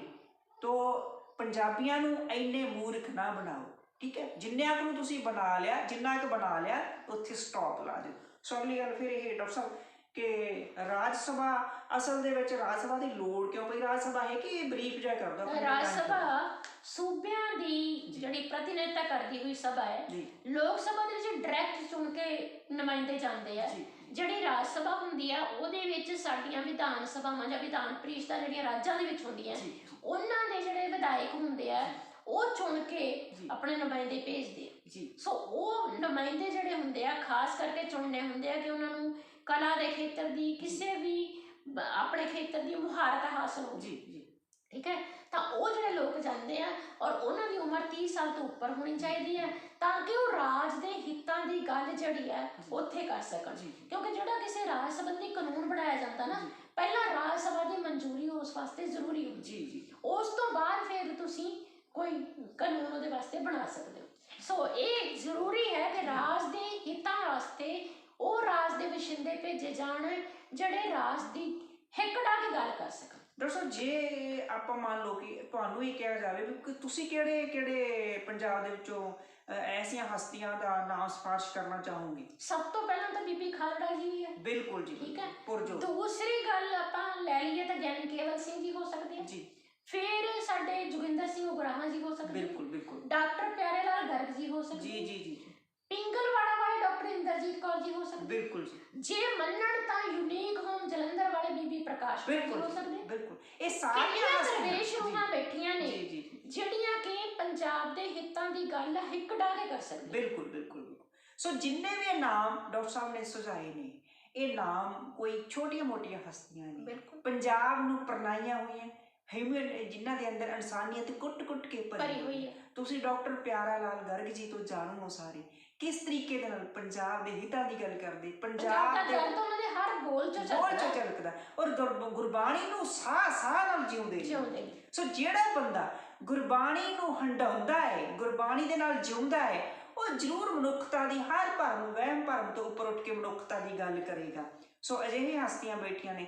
ਜੇ ਬੀਬੀ ਖਾਲੜਾ ਜੀ ਦੀ ਗੱਲ ਕਰੀਏ, ਇਹ ਸਾਰੀਆਂ ਹਸਤੀਆਂ ਇੱਕ ਤੋਂ ਵੱਧ ਕੇ ਇੱਕ ਨੇ, ਇਨਸਾਨੀਅਤ ਨਾਲ ਲਬਰੇਜ਼ ਨੇ। ਸੋ ਅਜਿਹੀਆਂ ਹਸਤੀਆਂ ਨੂੰ ਚੁਣ ਕੇ ਲੋੜ ਹੈ ਪੰਜਾਬ ਦੀ, ਜਿਨ੍ਹਾਂ ਨੂੰ ਜੇ ਇਹ ਸਾਰੇ ਪੰਜਾਬ ਦੀ ਨਬਜ਼ ਨੂੰ ਪਹਿਚਾਣਦੇ ਨੇ, ਪੰਜਾਬ ਦੇ ਲਈ ਕੋਈ ਚੰਗਾ ਕਰ ਗੁਜ਼ਰਨ ਦੀ ਜਿਹੜੀ ਉਹ ਤਾਕਤ ਵੀ ਰੱਖਦੇ ਨੇ, ਉਹ ਕੀ ਕਹਿੰਦੇ ਹੁੰਦੇ ਹਿੰਮਤ ਵੀ ਰੱਖਦੇ ਨੇ। ਸੋ ਇਸ ਕਰਕੇ ਅਜਿਹੀਆਂ ਹਸਤੀਆਂ ਨੂੰ ਚੁਣ ਕੇ ਲੈ ਜਾਣਾ ਚਾਹੀਦਾ। ਇੱਕ ਵਾਰੀ ਫਿਰ ਪੰਜਾਬ ਦੇ ਆਮ ਆਦਮੀ ਪਾਰਟੀ ਦੇ ਚੁਣੇ ਹੋਏ ਜਿੰਨੇ ਨੁਮਾਇੰਦੇ ਨੇ 92 ਦੇ 92, ਉਹਨਾਂ ਨੂੰ ਅਸੀਂ ਵਧਾਈ ਵੀ ਦਿੰਦੇ ਹਾਂ ਤੇ ਇਹ ਵੀ ਅਪੀਲ ਕਰਦੇ ਹਾਂ ਕਿ ਤੁਹਾਨੂੰ ਸੁਪਰੀਮੋ ਜੇ ਕਿਸੇ ਦੀਆਂ ਅਜਿਹੀਆਂ ਧਮਕੀਆਂ ਤੋਂ ਡਰਨ ਦੀ ਲੋੜ ਨਹੀਂ, ਕਿਉਂਕਿ ਤੁਸੀਂ ਲੋਕ ਨੁਮਾਇੰਦੇ ਹੋ। ਲੋਕ ਨੁਮਾਇੰਦੇ ਹੋ, ਲੋਕਾਂ ਨੇ ਤੁਹਾਨੂੰ ਜਿੱਤਿਆ। ਕੋਈ ਕੇਜਰੀਵਾਲ ਸਾਹਿਬ ਨੇ ਨਹੀਂ ਤੁਹਾਨੂੰ ਜਿਤਾਇਆ, ਲੋਕਾਂ ਨੇ ਤੁਹਾਨੂੰ ਜਿਤਾਇਆ ਹੈਗਾ ਵੋਟਾਂ ਪਾ ਕੇ, ਆਪਣਾ ਮੱਤ ਪਾ ਕੇ। ਜੇ ਲੋਕ ਆਪਣੇ ਘਰਾਂ ਦੇ ਵਿੱਚ ਵੜ ਕੇ ਬੈਠ ਜਾਂਦੇ, ਬਾਹਰ ਨਾ ਨਿਕਲਦੇ, ਵੋਟ ਪਾਉਣ ਨਾ ਆਉਂਦੇ, ਤੇ ਕੇਜਰੀਵਾਲ ਸਾਹਿਬ ਜਿਹੜੇ ਧਮਕੀਆਂ ਦਿੰਦੇ ਨੇ ਸਾਡੇ ਪੰਜਾਬ, ਸਾਡੇ ਭੈਣ ਭਰਾ ਨੇ ਨਾ ਉਹ ਜੀ ਸਾਰੇ, ਅਸੀਂ ਇਹ ਗੱਲ ਵੀ ਬਰਦਾਸ਼ਤ ਨਹੀਂ ਕਰਾਂਗੇ। ਭਾਵੇਂ ਕਿ ਉਹ ਤੁਹਾਡੀ ਪਾਰਟੀ ਵੱਲੋਂ ਜਿੱਤੇ ਹੋਏ ਨੇ, ਪਰ ਉਹ ਸਾਡੇ ਹੀ ਬੱਚੇ ਨੇ, ਸਾਡੀਆਂ ਭੈਣਾਂ ਨੇ, ਸਾਡੇ ਹੀ ਉਹ ਬਜ਼ੁਰਗ ਨੇ ਜਿਹੜੇ ਅਸੀਂ ਜਿਤਾਏ ਨੇ ਵੋਟਾਂ ਪਾ ਕੇ। ਮੈਂ ਖੁਦ ਵੋਟ ਪਾਈ ਹੈ, ਅਸੀਂ ਪਾਈ, ਇਹਨਾਂ ਨੇ ਪਾਈ ਹੈ, ਆਪਣਾ ਮਤਦਾਨ ਦੇ ਕੇ ਲੈ ਕੇ ਆਏ ਆ। ਤੇ ਪਰ ਇਹ ਨਹੀਂ ਹੈਗਾ ਕਿ ਤੁਸੀਂ ਉਹਨਾਂ ਨੂੰ ਡਰਾਈ ਧਮਕਾਈ ਜਾਓ। ਕੇਜਰੀਵਾਲ ਸਾਹਿਬ, ਇਹ ਬਰਦਾਸ਼ਤ ਨਹੀਂ ਹੋਣਾ। ਪੰਜਾਬੀ ਅਣਖੀ ਹੁੰਦੇ ਨੇ, ਠੀਕ ਹੈ। ਸੋ ਪੰਜਾਬ ਦੀ ਨਬਜ਼ ਪਹਿਚਾਣੋ। ਤੁਹਾਨੂੰ ਪੰਜਾਬ ਦਾ ਨਹੀਂ ਪਤਾ, ਭਗਵੰਤ ਮਾਨ ਸਾਹਿਬ ਜੀ ਤੋਂ ਅਸੀਂ ਆਸ ਕਿਵੇਂ ਕਰੀਏ, ਕਿਉਂਕਿ 10 ਸਾਲ ਹੋ ਗਏ ਪੰਜਾਬ ਨਾਲੋਂ ਟੁੱਟ ਕੇ ਉੱਥੇ ਬੈਠਿਆਂ, ਦਿੱਲੀ ਦੀਆਂ ਜਿਹੜੀਆਂ ਆਲੀਸ਼ਾਨ ਬੰਗਲਿਆਂ ਦੇ ਵਿੱਚ ਬੈਠੇ ਹੋਏ, ਪੰਜਾਬ ਦੀਆਂ ਗਲੀਆਂ ਨੂੰ ਭੁੱਲੇ ਹੋਏ, ਪੰਜਾਬ ਦੀਆਂ ਰੋਹ ਰੀਤਾਂ ਨੂੰ ਭੁੱਲੇ ਹੋਏ। ਇਹੀ ਕਹਿ ਸਕਦੇ ਨੇ, ਭਾਵੇਂ ਕਿ ਉਹ ਕਹਿਣਗੇ ਇਸ ਦੇ ਜਵਾਬ ਦੇ ਵਿੱਚ ਕਿ ਮੈਂ ਤਾਂ ਭੁੱਲਿਆ ਨਹੀਂ ਕੁਝ ਵੀ, ਮੈਂ ਪੰਜਾਬ ਦੇ ਨਾਲ ਜੁੜਿਆ ਰਿਹਾ, ਤਾਂ ਹੀ ਉੱਥੇ ਜਾ ਕੇ ਬੋਲਦਾ ਸੀ, ਕਹਿਣਗੇ ਉਹ। ਪਰ ਅਜੇ ਨਜ਼ਰ ਨਹੀਂ ਆਏ ਮਾਨ ਸਾਹਿਬ ਜੁੜੇ ਹੁੰਦੇ ਤਾਂ ਨਜ਼ਰ ਆਉਂਦੇ। ਜੀ ਜੀ। ਫਿਰ ਪੰਜਾਬ ਦੇ ਨੁਮਾਇੰਦਿਆਂ ਨੂੰ ਹੀ ਨੁਮਾਇੰਦਗੀ ਲਈ ਰਾਜ ਸਭਾ ਦੇ ਵਿੱਚ ਭੇਜਦੇ। ਸੋ ਬਹੁਤ ਸ਼ੁਕਰੀਆ, ਬਹੁਤ ਧੰਨਵਾਦ। ਧੰਨਵਾਦ ਜੀ।